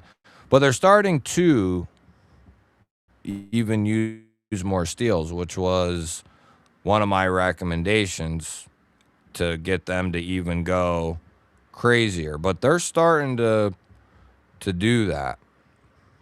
But they are going to be very hard to compete with here, I think, very soon. Like, if you ask me which one company is just coming for the whole shebang, I feel like it's Katuo. If anyone can cover $50 to $400, $350, let's say $350. $50 to $350, Katuo can run every one of them price points at the $10 all the way up and beat like everyone, I think. They're just, it's that attention to detail that separates them from a lot of other companies, in my opinion. Yeah, the Griffin is amazing. G-Dub, what up, what up? Member of the Gballers, good to see ya. Oh yeah, we didn't even really get to talk about that. Somebody was blabbing. But yeah, the new Main Street 6-year anniversary for concept. Choo choo. Yeah, I came into the knife community like probably like the year before these guys came out. Maybe a little bit longer than that. Yeah, it's kind of crazy though, actually, to think about it. Oh, like Vastid, Concept. A lot of them companies weren't around when I first, came in. It's kind of weird. Feels like they've always been there, but they haven't. But 6-year Annie for Concept, and they chose the Main Street, which I think is a perfect model to choose for this, because they actually just like a month or two ago released the premium Fenrir button top liner lock. So it made sense to go with the Main Street. And I think they did this thing pretty sweet justice. They did a satin M390 with that nice long straight sheep's foot blade, Warncliffe, whatever you want to call it, just not a Ranto. And then dual thumb stuff that are really nice, placed well, done well. Detent is really good. Titanium milled clip. And then the golf putter milling on this is just outstanding. Buttons recessed. Not only does it feel really good, but it's grippy too. But not like, ouch, my hand hurts, it's too grippy. I've never said that in my life, but it won't hurt those of you who have sensitive hands, lefty, so on and so forth. But really nice texture. Grippy. Yeah, Lefty used to watch me while he was in the shower, watch the live streams, the Monday nights. Sick man, I'll tell you. Real sick.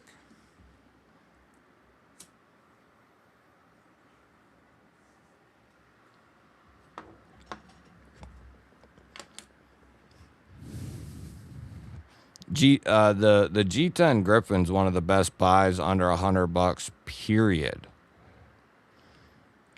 If you're someone who is right there at $100 or like not, you don't want to spend quite 190.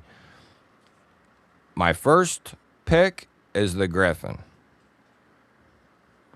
10 out of 10 times. If you don't have the Griffin, this is the knife for under 90. If you like the design and materials, this is it. $95. Splendid knife. Really close behind this would be the new Migron, the Hover, at 90. The titanium and 14C or 19C. This is 14C.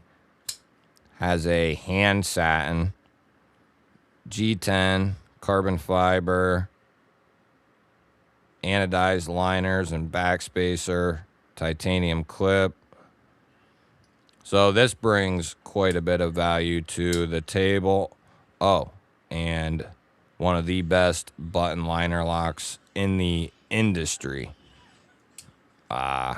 Really solid. With access, by the way. So this is like 1B to like the Remet Steed button frame lock.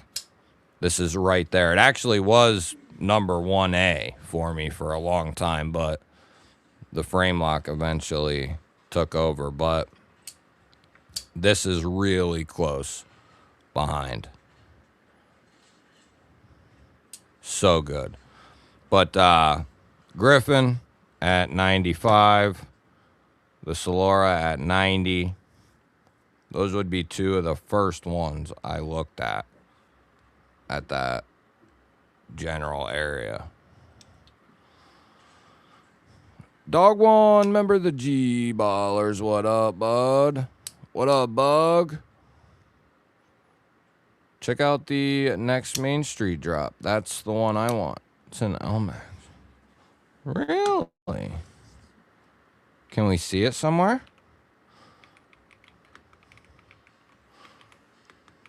Can we see it somewhere, Dan? Bug? Can we see it somewhere? Can we see it? Oh. End of August. Oh my goodness. It's got a little slightly different button on it too.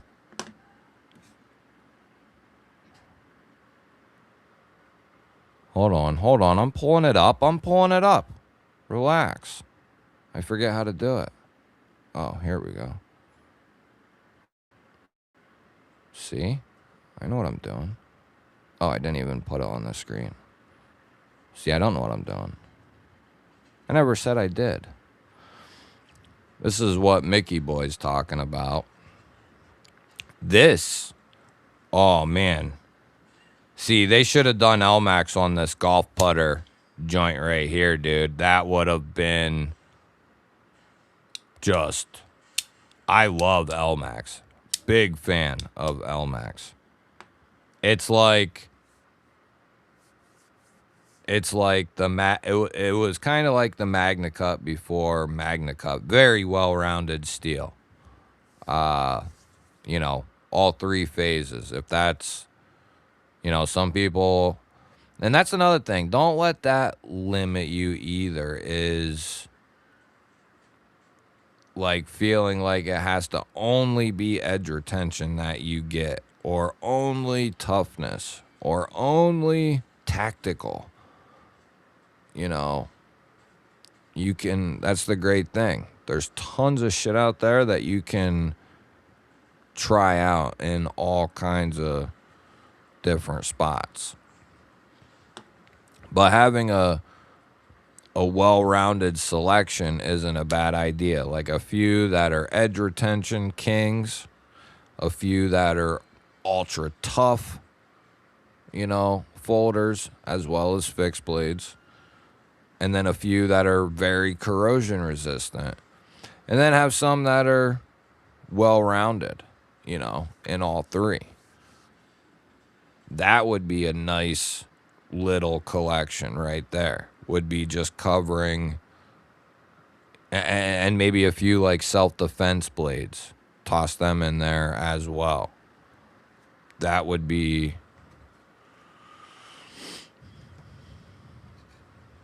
another one to add in there.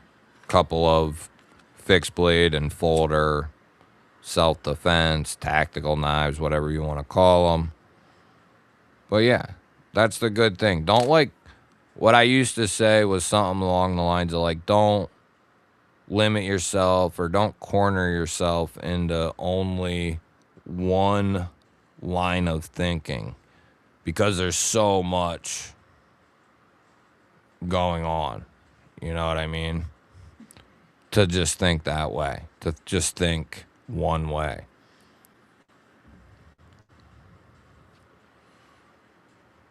I don't know all of you like some, but this is a chill, cool streaming community.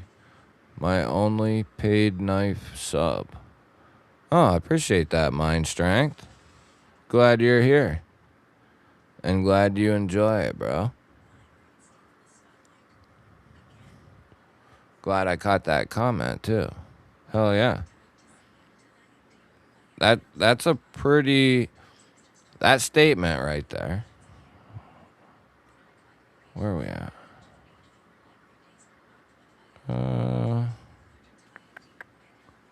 There we go. That represents exactly the top reason, one of the main reasons I started the channel to begin with, was to build a awesome community that's like a family, that all loves gear, that's all just chilling. We have, you know, there's a few G-ballers that are, you know, outspoken, will argue, you know. We have them too. And I'll say my opinion on whatever it is. But yeah, everybody,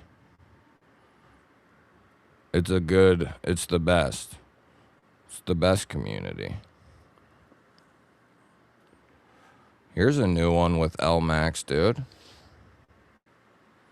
Ooh, what the hell? What the hell?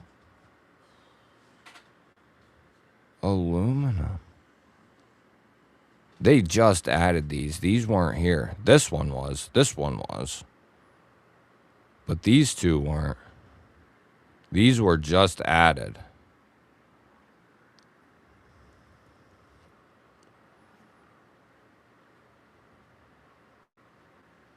Those were just added within the last, like, 2 days. This looks good. Lanza. Concept is using other steels, you know? Oh, nice variety. Fenrir Fixian S35. Ooh, the Falk. I like that. Little awkward ass head up there. I like it. It's different. Nice little curve to the clip. Size is at 3.31 in LMAX. Ooh. Cedric DeStomes.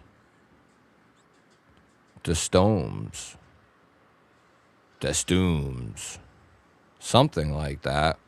The strip is awesome. And I had a few people say they're getting this one to go, or no, wait. This one to go along with, or no, it must have been this one. The Purple Haze to go with like several of the other concepts they have with this. But they wanted it to be DLC because they've done, I forget how many models with the Purple Haze tie and then DLC. Done a bunch of them. But anyway, I know a bunch of people who got this one. But I'm pretty partial, depending on what you know, how you're looking at it. But this right here, this version encompasses like a gentleman, like a futuristic gentleman utility EDC. It's got like a good worker finish, but it still has like it's got a worker aesthetic with the micarta that they used, you know, the stone-washed tie or bead blasted, whatever you want to call it. Then a stone-washed Magna Cut blade. It looks clean. It's a clean looking knife. Concept's doing, you know, every company has something they can work on or a couple things, whatever. For the most part, Concept's doing good work, but they do have some stuff they can shore up and stuff they can do better, but we can say that about every company. Like even Kershaw, one of my, favorites, if you want to say that.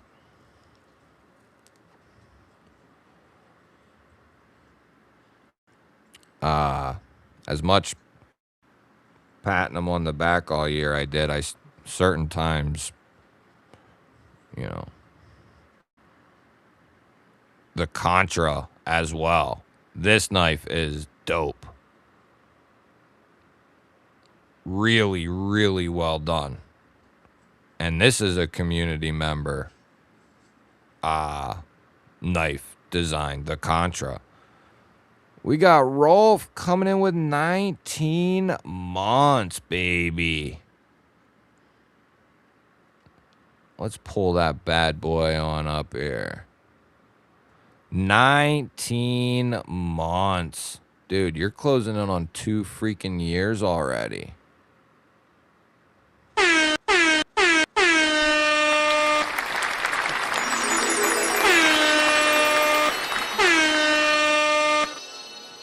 Oh, yeah, GBall Army for life.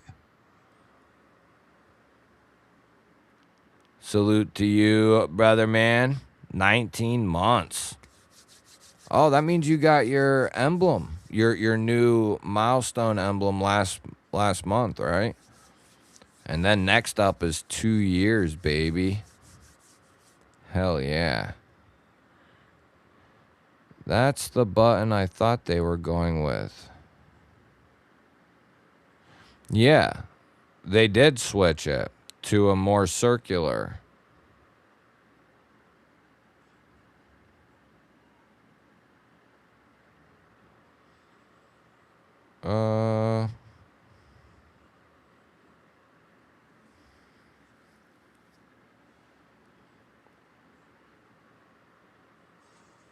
The Sinbad is going to be killer. I'm partial to the G10.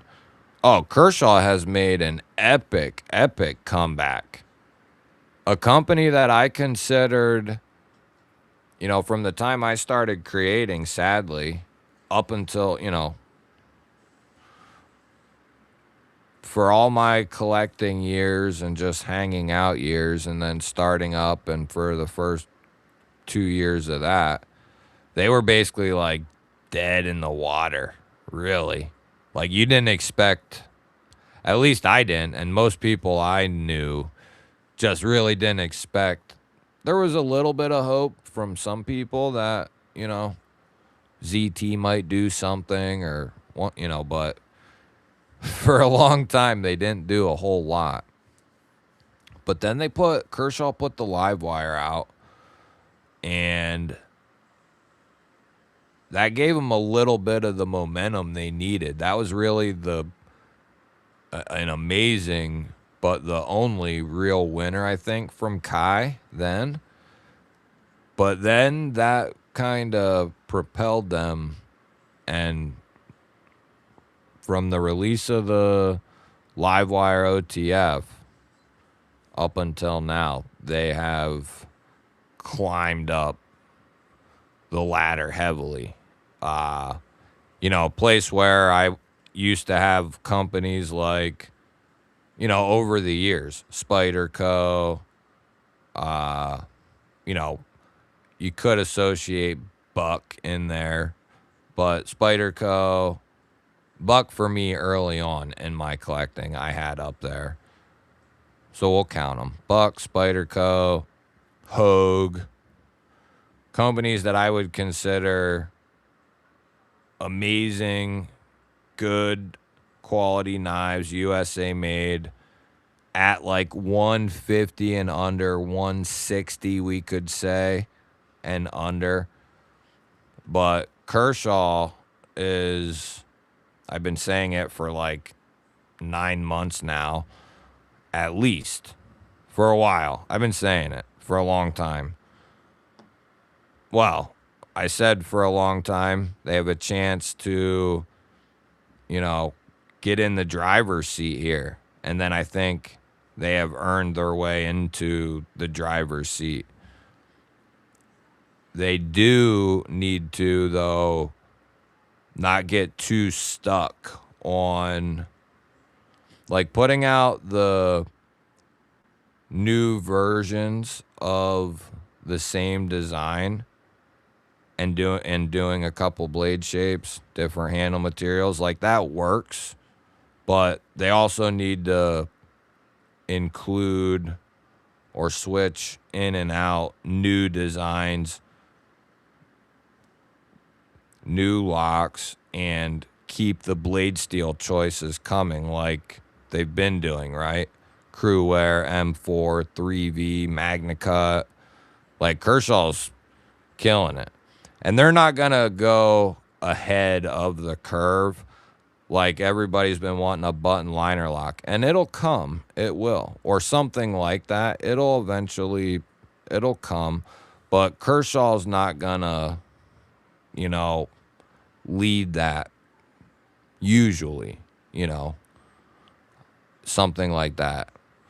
So, but I think we'll see, maybe not this year, but maybe early next year, we see, I could be wrong, could be this year. And I could be completely wrong, and they might not do one for another year and a half. But I think they will. And that would be awesome that a company that's doing USA-made knives, they got button plunge locks, awesome crossbar locks.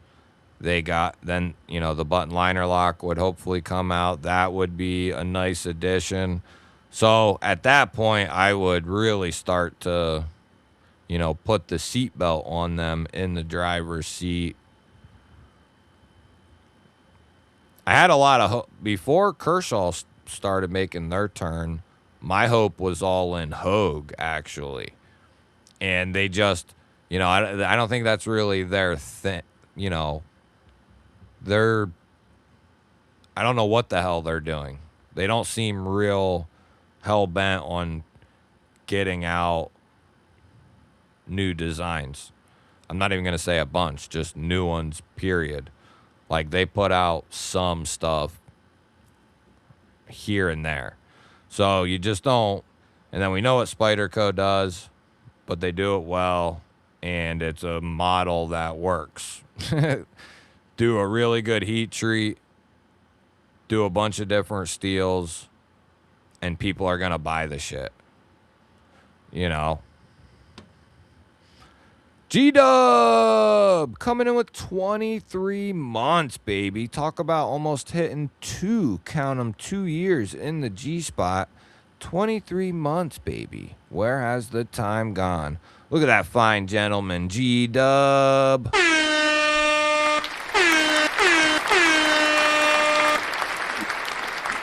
About to get the 2-year mark. Love to see it, baby. Thanks, G-Dub.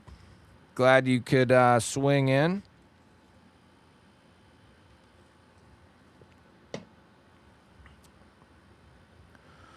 Oh, man.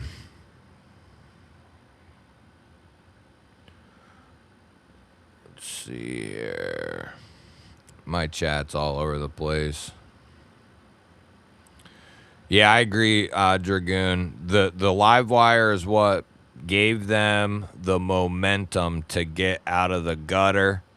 You know what I mean? It gave them just that little bit, and they took advantage of it and have made a complete 180. Now the key is to continue down this road. I hope they don't get stuck or lazy or whatever the hell. Yeah, and I think they have something with that, the Bel Air and the XL. Like, go for it as far as different steels, different handle materials, like a titanium one and like Crewwear would be, oh man, an XL, clip point in Crewwear and titanium. Oh man. That would be amazing. Even with the Duralock, because they do it so well. But they could also introduce, and I think if they're going to do it, it'll be with a Bel Air, but introduce a button liner lock. with the Gballer series as like a tester. Like it's a solid design. They do it really well. It would be a great knife to put that new lock on to show them people are interested in that lock. I mean, it's if you pay attention at all, people know that people like the button liner locks and whatnot. King's Portal, what up? What up? Yeah, I would say for the most part, and another sleeper that nobody gives any love to, really, but Off Grid also. Quietly all year, not a ton of designs, but several in the budget area, Taiwan OEM'd, and then several premium bangers, like one right after the mother effing other. Banger, banger, banger all year long.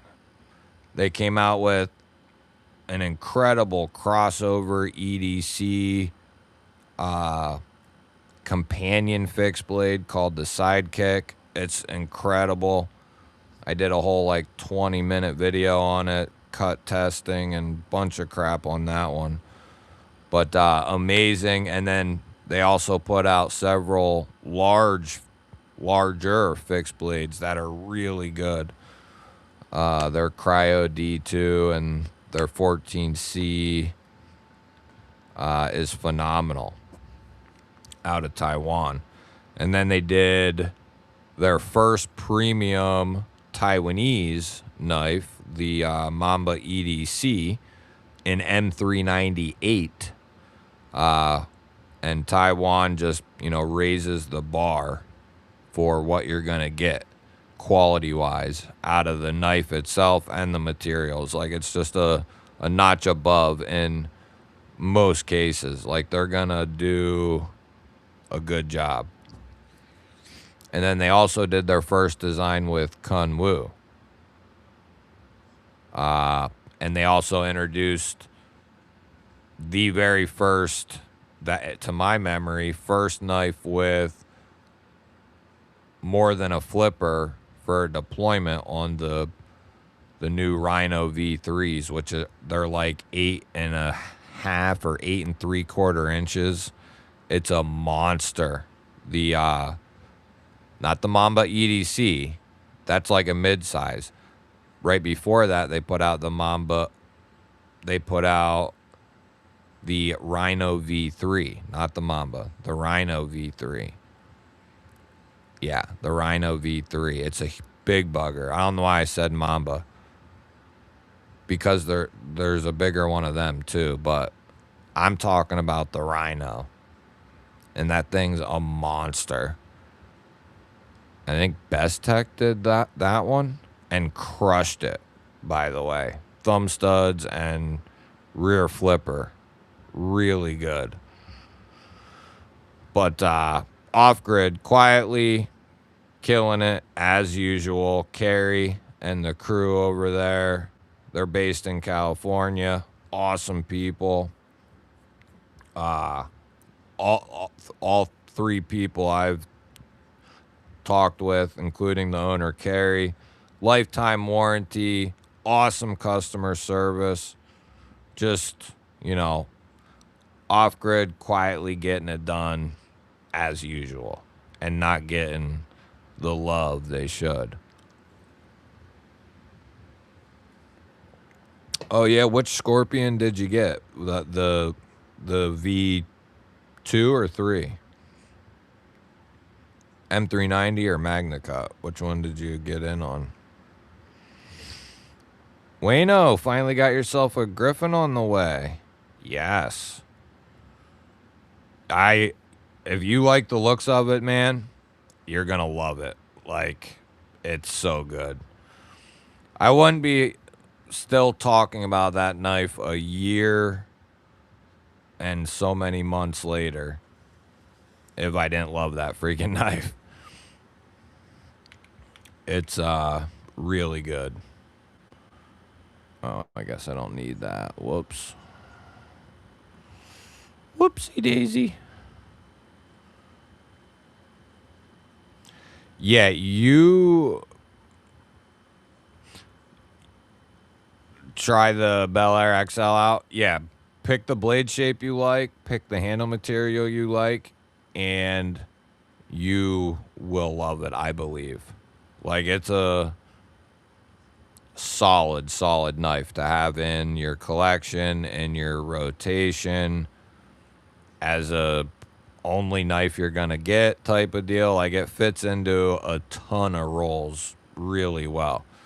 Like, having a good quality USA made Kershaw in whatever steel is a good move.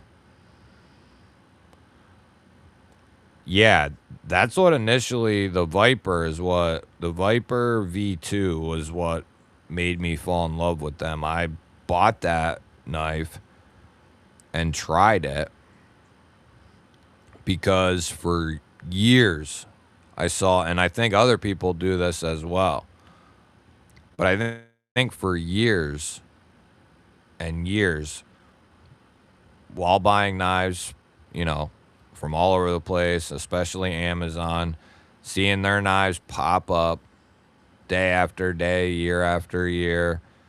Finally, one night, I was like, I'm going to buy off grid, see what the scoop is. And this was probably 2 years ago or so. Bought the Viper and loved it. Found out more about the company and all that. And then that first video did actually well, and they reached out to me. And then the rest is history. They do talk about people who care, like, about the knives and the community. You know, they do a lot of stuff with, like, EMS, a lot of American stuff, you know. I like them a lot. They do a good job from top to bottom. Like I said, even if you're not into, like, the premium side of knives, they got several, like, $55 to $65 folders that are OEM'd in Taiwan that are absolutely killer.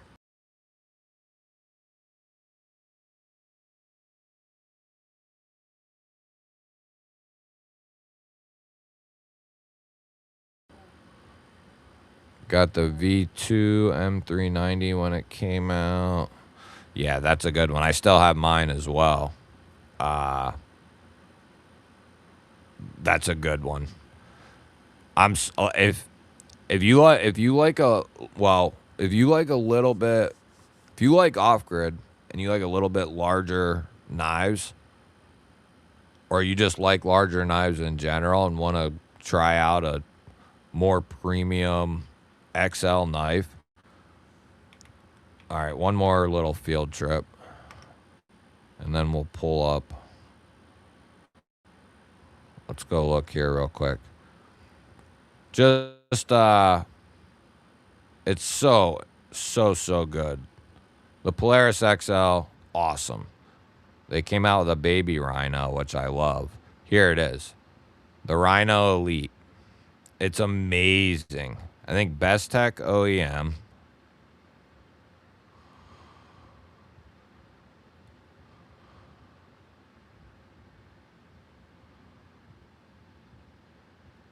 Yeah. Best Tech OEM in Magna 62, 7-ounce beast, 9 1/4. I was wrong. I thought like 8 and 3, or no. No, I was right. What did I say? No, I think I said 8 3/4, almost 9. Anyway, 9 1/4. First knife with thumb studs. Still keeping the incredible rear flipper, but this thing is a beast, and I love it. And I told Carrie, hey, man, if this thing was a button frame lock, oh my God, would this be just unreal. So, and I even did a community poll to see, like, you know, what locks and stuff, and sent it over to Carrie. But I'm hoping we see this knife with a button frame lock. And then if it's Magna Cut, I'm cool with that. If they do, you know,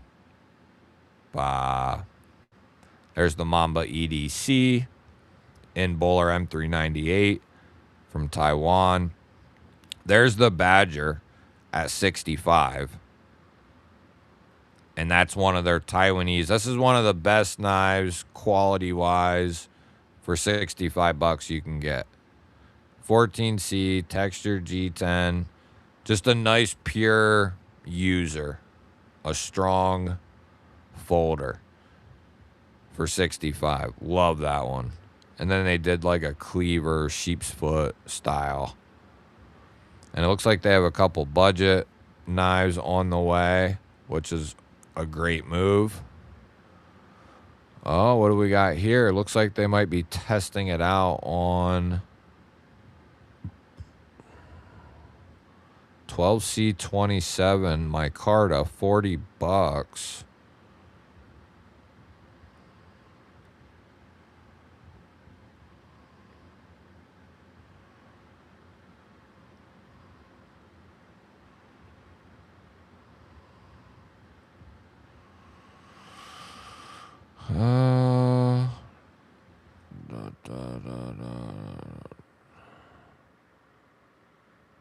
Don't know who the OEM is.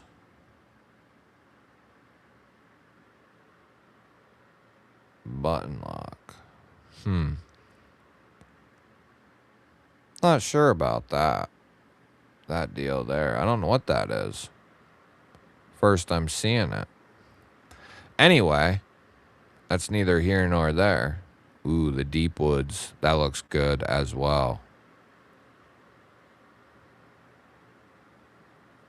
Almost Becker-esque. 12C for this fella as well at $50. Ooh. What are they claiming this for? Deep Woods, Nightfall. So kind of an all-around user. What do we got here?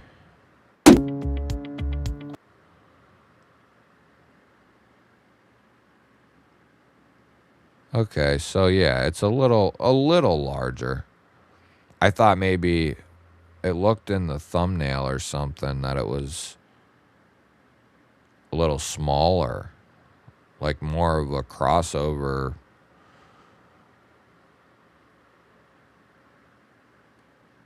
Yeah. It's kind of like a survival knife, basically. $50. I wonder who... See, they got China for that. I don't know if that's Best Tech. As far as I know, that's the only Chinese company they work with. So, I don't know. Unless, you know, things obviously change, but... 12C is, you know, it's 14C's brother. It's very similar to 14C. But you can typically get it like $20, you know, 10 to $20, maybe even a little bit more cheaper than 14C, and really not lose a ton. You know what I mean? Whoa, hopefully she's all right, Mind Strength. Damn, let us know. Hopefully she's all right. EDC DG, what up, what up?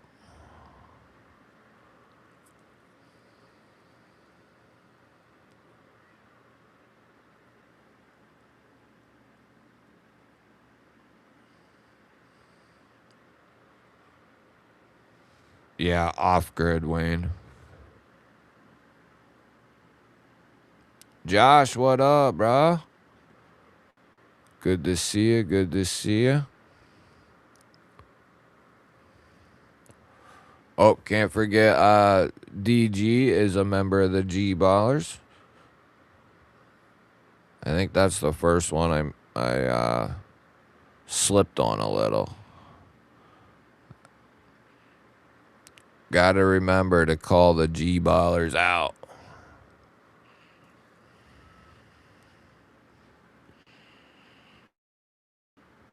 Alright, here we go. We're gonna run this joint. Maybe.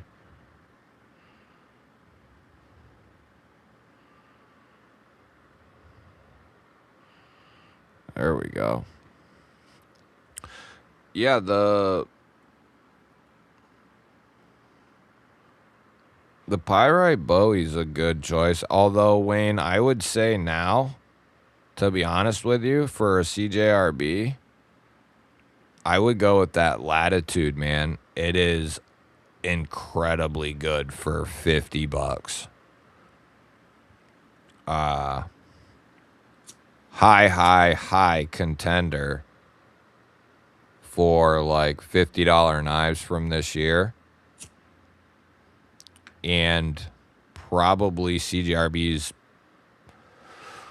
boy, best knife this year. Like best EDC knife, general EDC knife, I would say the Latitude is their best knife of the year. It's a great size, looks really good, feels really good in the hand. The lock is really solid. So it's really good. A Shaman Tanto would be amazing. A Clip Point PM2, Warncliffe Parrot 3, Tanto Parrot 3. I mean, I don't know what the hell they're doing over there, but I don't get it. Could you imagine a Parrot 3 Warney too? Parrot 3 Tanto. Clip Point. I'd be all over that. Like, you know. Yeah, I agree. XL Porcupine would be really good. Studs or cutout, Mick? Has a copper Phoenix, which is copper Damascus. Yeah, they're starting to do some crazy stuff with the blades. Like the copper infused and all that shit. Got the Alton's G31. Oh, man, yeah, that's a real good one. Is the 31 the crossbar or the button lock, Nate? If I remember right, that's the crossbar, right? It was either the 31 was the crossbar and the 32 was the button lock or vice versa. Can't remember. But they were both really solid, and the knives that put Alton's on the map for me. As far as I remember, I was, one of the first people or the first person to put a video out on Alton's. I remember looking them up and you couldn't find shit on them. So another company who has quickly made, starting to make a name for themselves, not only in like the budget territory, but the more, I don't know, $200 to $300 range, whatever you want to call that.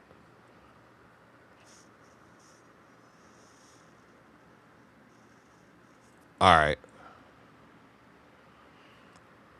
We're going to get started with this so we can get it done by the end of today. Okay, if you're a member, you're here, and you're not in I don't know what to tell you, to be honest. But I'm gonna run this giveaway here. Couple of bangers. A trio of bangers. Bangers. If I can load my screen here. We don't need that. I need my videos, though. Come on, bud. What are you waiting on? What are you waiting on? Christmas. There we go. Looks about right for time of release. Is there anyone here who needs to get in on the video? Yeah, Nate, that's a really, really good $55 knife. If we're not talking about new releases, that knife is easily in a, best of category around $55. No question. Great size, really strong crossbar, springs, and good lock. Comfortable. Good drop point. Really good. Heavily competed with the Raccoon, if not outpace the Raccoon slightly. They pay attention to details over there at Alton's. Recess in the clip, filler tabs, little this, little that. They do all the right stuff. Ooh, that would be nice. An XL Porcupine Tie Slim in LMAX. That would be... Shoo.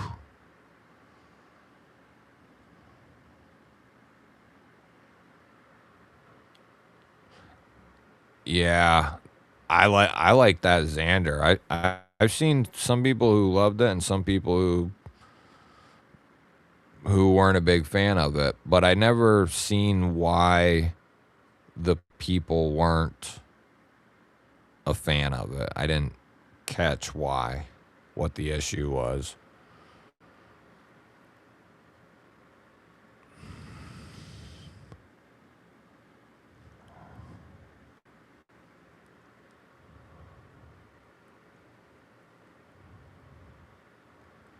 Here we go, baby. Catch up now.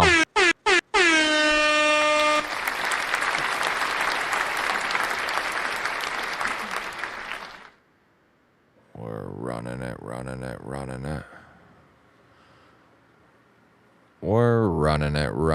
running it. Yeah, I wish they would have done the Martin even bigger. But yeah, I agree. Like the on Kilo and the Xander. What was the sheep split they did with the Vanker lock right after the on Kilo? Or no. I'm thinking of the on Kilo. What's the drop point they did after the on Kilo? Shit, I can't remember. They did it with the Vanker lock and aluminum, but I can't remember the name. It was like a drop point. Here we go. I got it. Relax. All right. No need to get flustered. Yeah, that's right, Wayne. Lay it all out there, brother. Lay that G-ball wall down.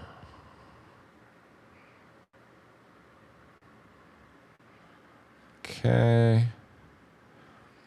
Oh, if there's anybody here who didn't hit the thumbie, because we're going to be really damn close again.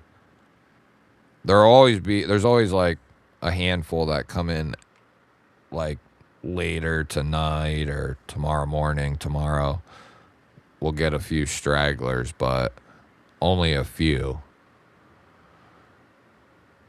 So we need all the help we can get tonight. Okay, that checks out. Wheel of Misfortune or Fortune. Let's do...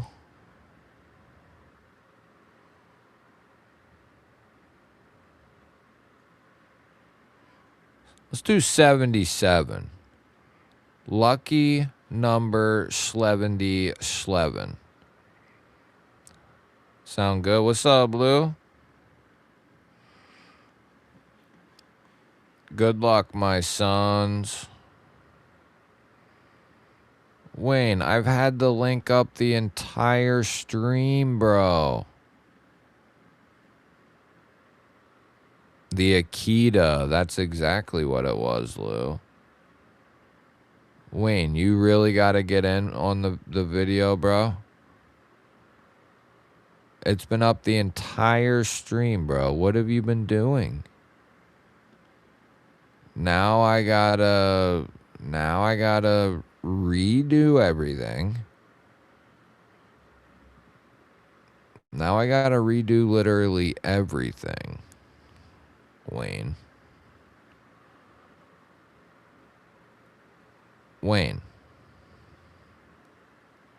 See, if you were sitting here, I'd say your name 30 times, even if you answered me. Wayne. Seriously. Don't even think about trying to sneak in and make yourself look like an idiot.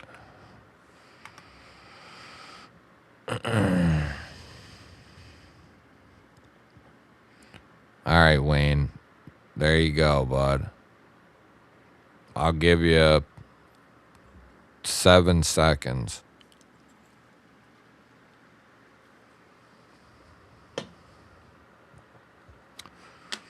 Freaking Wayne, man.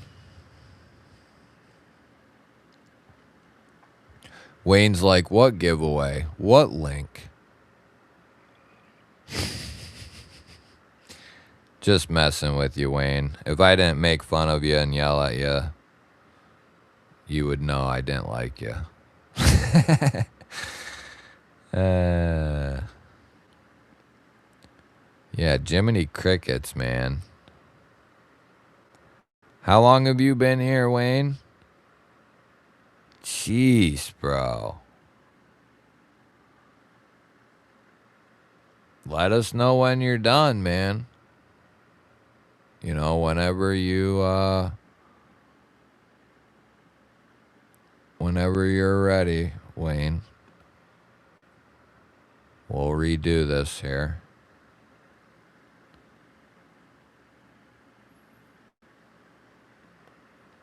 We'll redo this. Are you back in there, bro? What do you mean you forgot to like it? You forgot to like what? The video? Wayne.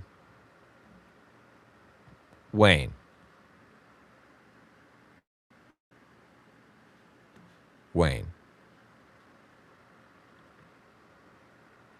Don't make me say your name. Don't make me do it, man. They're giving a lot harder equations these days. You guys notice that? It used to be like 2 + 1. What's with this crazy complex addition problem here? Oh, son of a...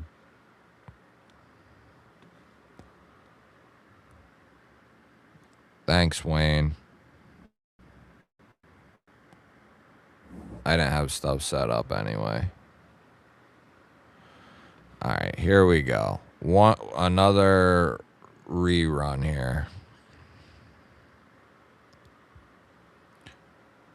All right, here. All right, we're refreshed. All right, are you happy now, website? If you don't refresh on the thing, it don't work. Okay. I think we're good. See, I can handle that, but that's still complex. Okay, 77 seconds. We are running it this time. Good luck. I don't care what's going on in the chat. We're running it. Man, this stream flew by quick.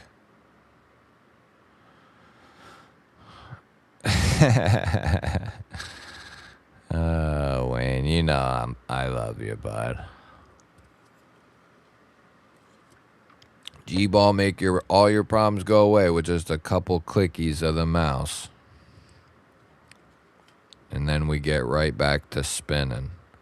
We got the Kubi Atlas, the Kaiser Exist, the Lothar Raff up for gribbity grabs.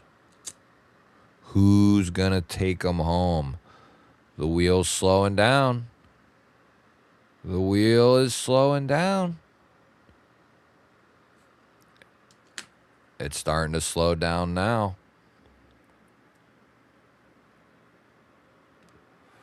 Starting to slow down. I'm just kidding. Earlier it wasn't slowing down, but now it is. Here we go. Who's it gonna be? Holy shnikes. I think Maximus just makes the cutoff too, maybe. Hold on, we're gonna have to do... Man, Maximus, I'd hate to do that to you either way, because I think it's been... I gotta look. Nah, shoot me an email. I think we're good. I think it was four ago, wasn't it? 1, 2, 3, 4. Da da da da da.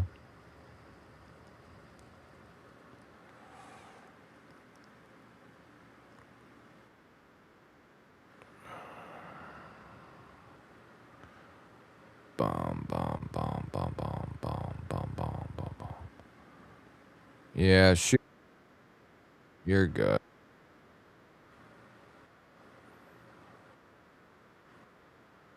Last week or the week before.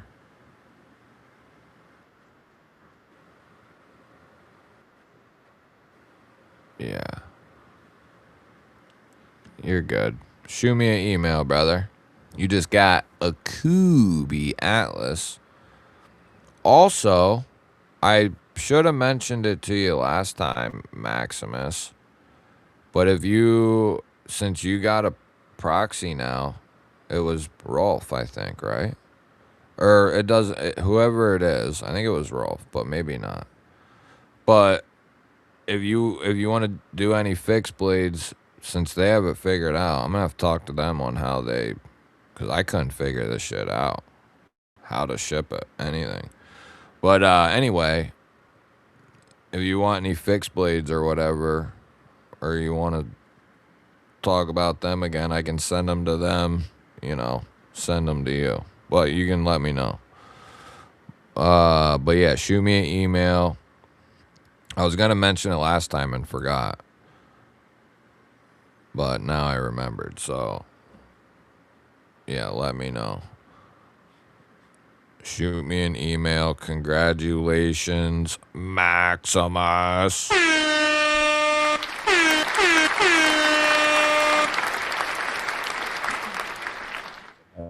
It's the man. Nice little trio right there. And you'll be one of the very first people with the new prototype Spine Whack King GBall Vision stickers. Thing's dope as shit. I'm going to send them along just because anyway. Not the second circular prototype, but You're going to get the trio, baby. Or actually, it's the quad. It's the quad. You're going to get the new trio and then the new proto. Deal? Deal. Deal.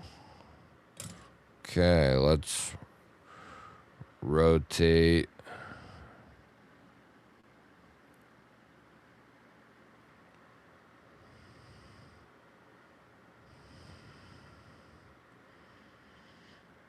Ba.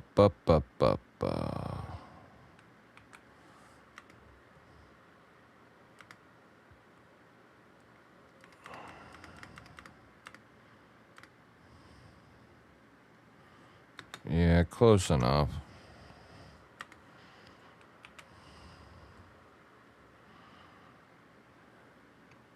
Congrats to Maximus, the newest member winner. Shoot me an email. I think I told you. You know that. I don't have a Rosie, no. I've checked out several Rosies, though. That's mainly one reason why I don't have one. I've checked out several of them. I like them. But I'm glad the Filipina lady is gone. She was staring into my soul. Yeah. Well, she might still be there, but you just aren't actually aware of it because she's usually always here. I can't get away from her. That's just the way it goes sometimes.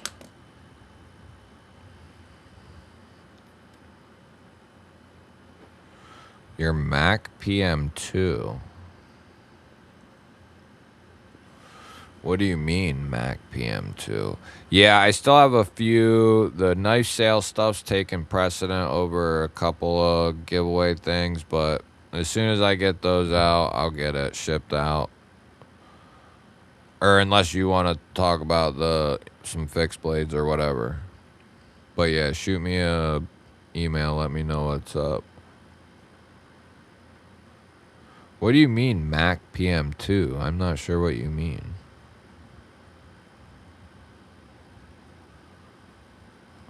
Oh, well, thanks, Lou. Maybe that's why she hangs around, that old Filipina lady. Josh O'Matic. I don't know what you guys are talking about. Mac PM2. Later, Maximus. Yeah, I'm going to be skirching off here, too. Weird not having Big Red on. What's the PM stand for? Is it a new version? Yeah, that bastard's always there, too. Or do you mean you're getting a McNeese Mac 2? Is it a 3 or 3.5? Yeah, I'm willing to give them another chance. I've had enough time to get over my wounds from freaking McNeese.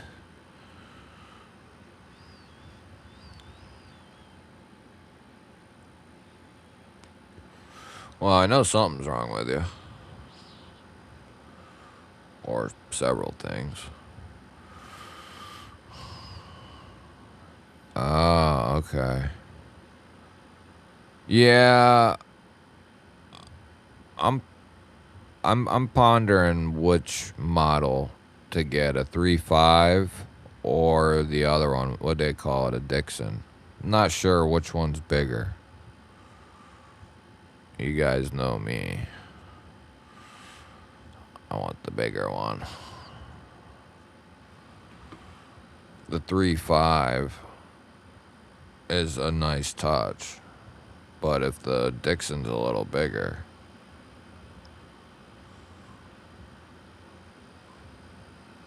yeah, well, I got some peanut butter Oreos to eat and some other shit, so.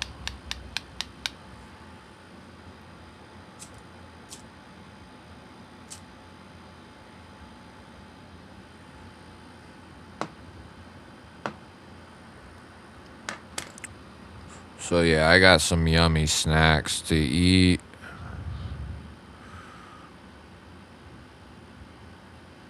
Yeah, there's a couple on my list that I won't mind getting.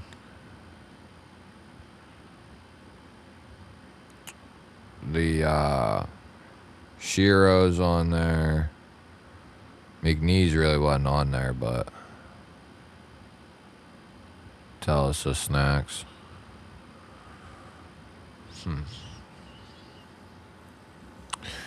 Yeah, I like peanut butter chocolate. I'm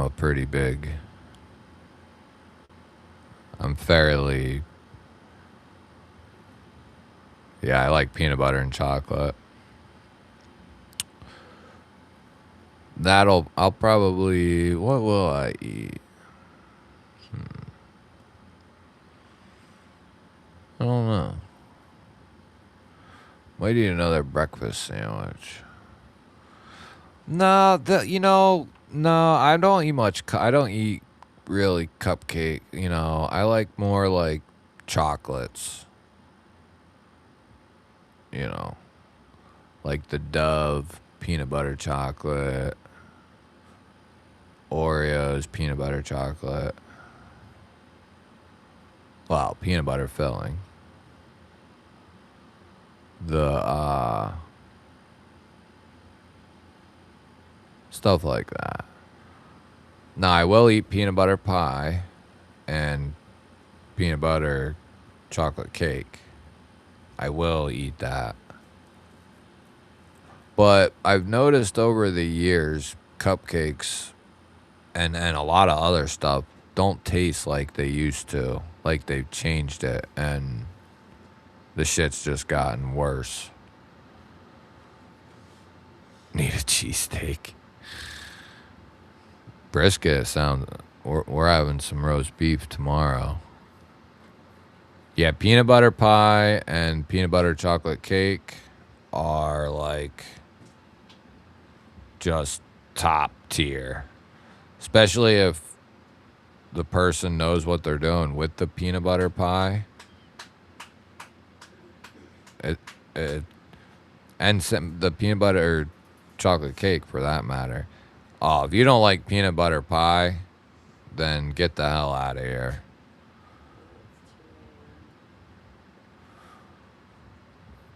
You get the hell out of here with that type of talk.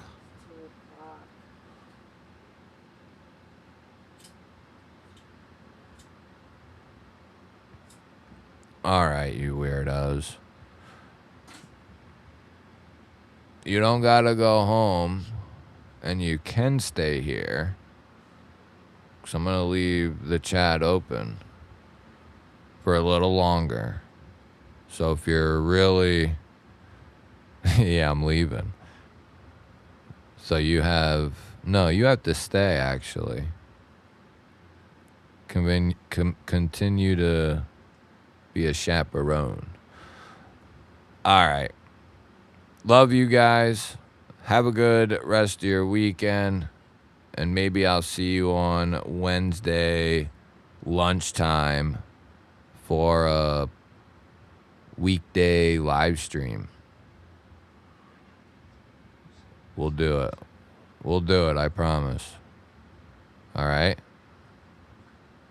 Love you guys and gals. Have a good night. If I don't see you on Wednesday, hopefully I see you next Saturday. Thank you to all of you. GBall Gweg is out like a Girl Scout.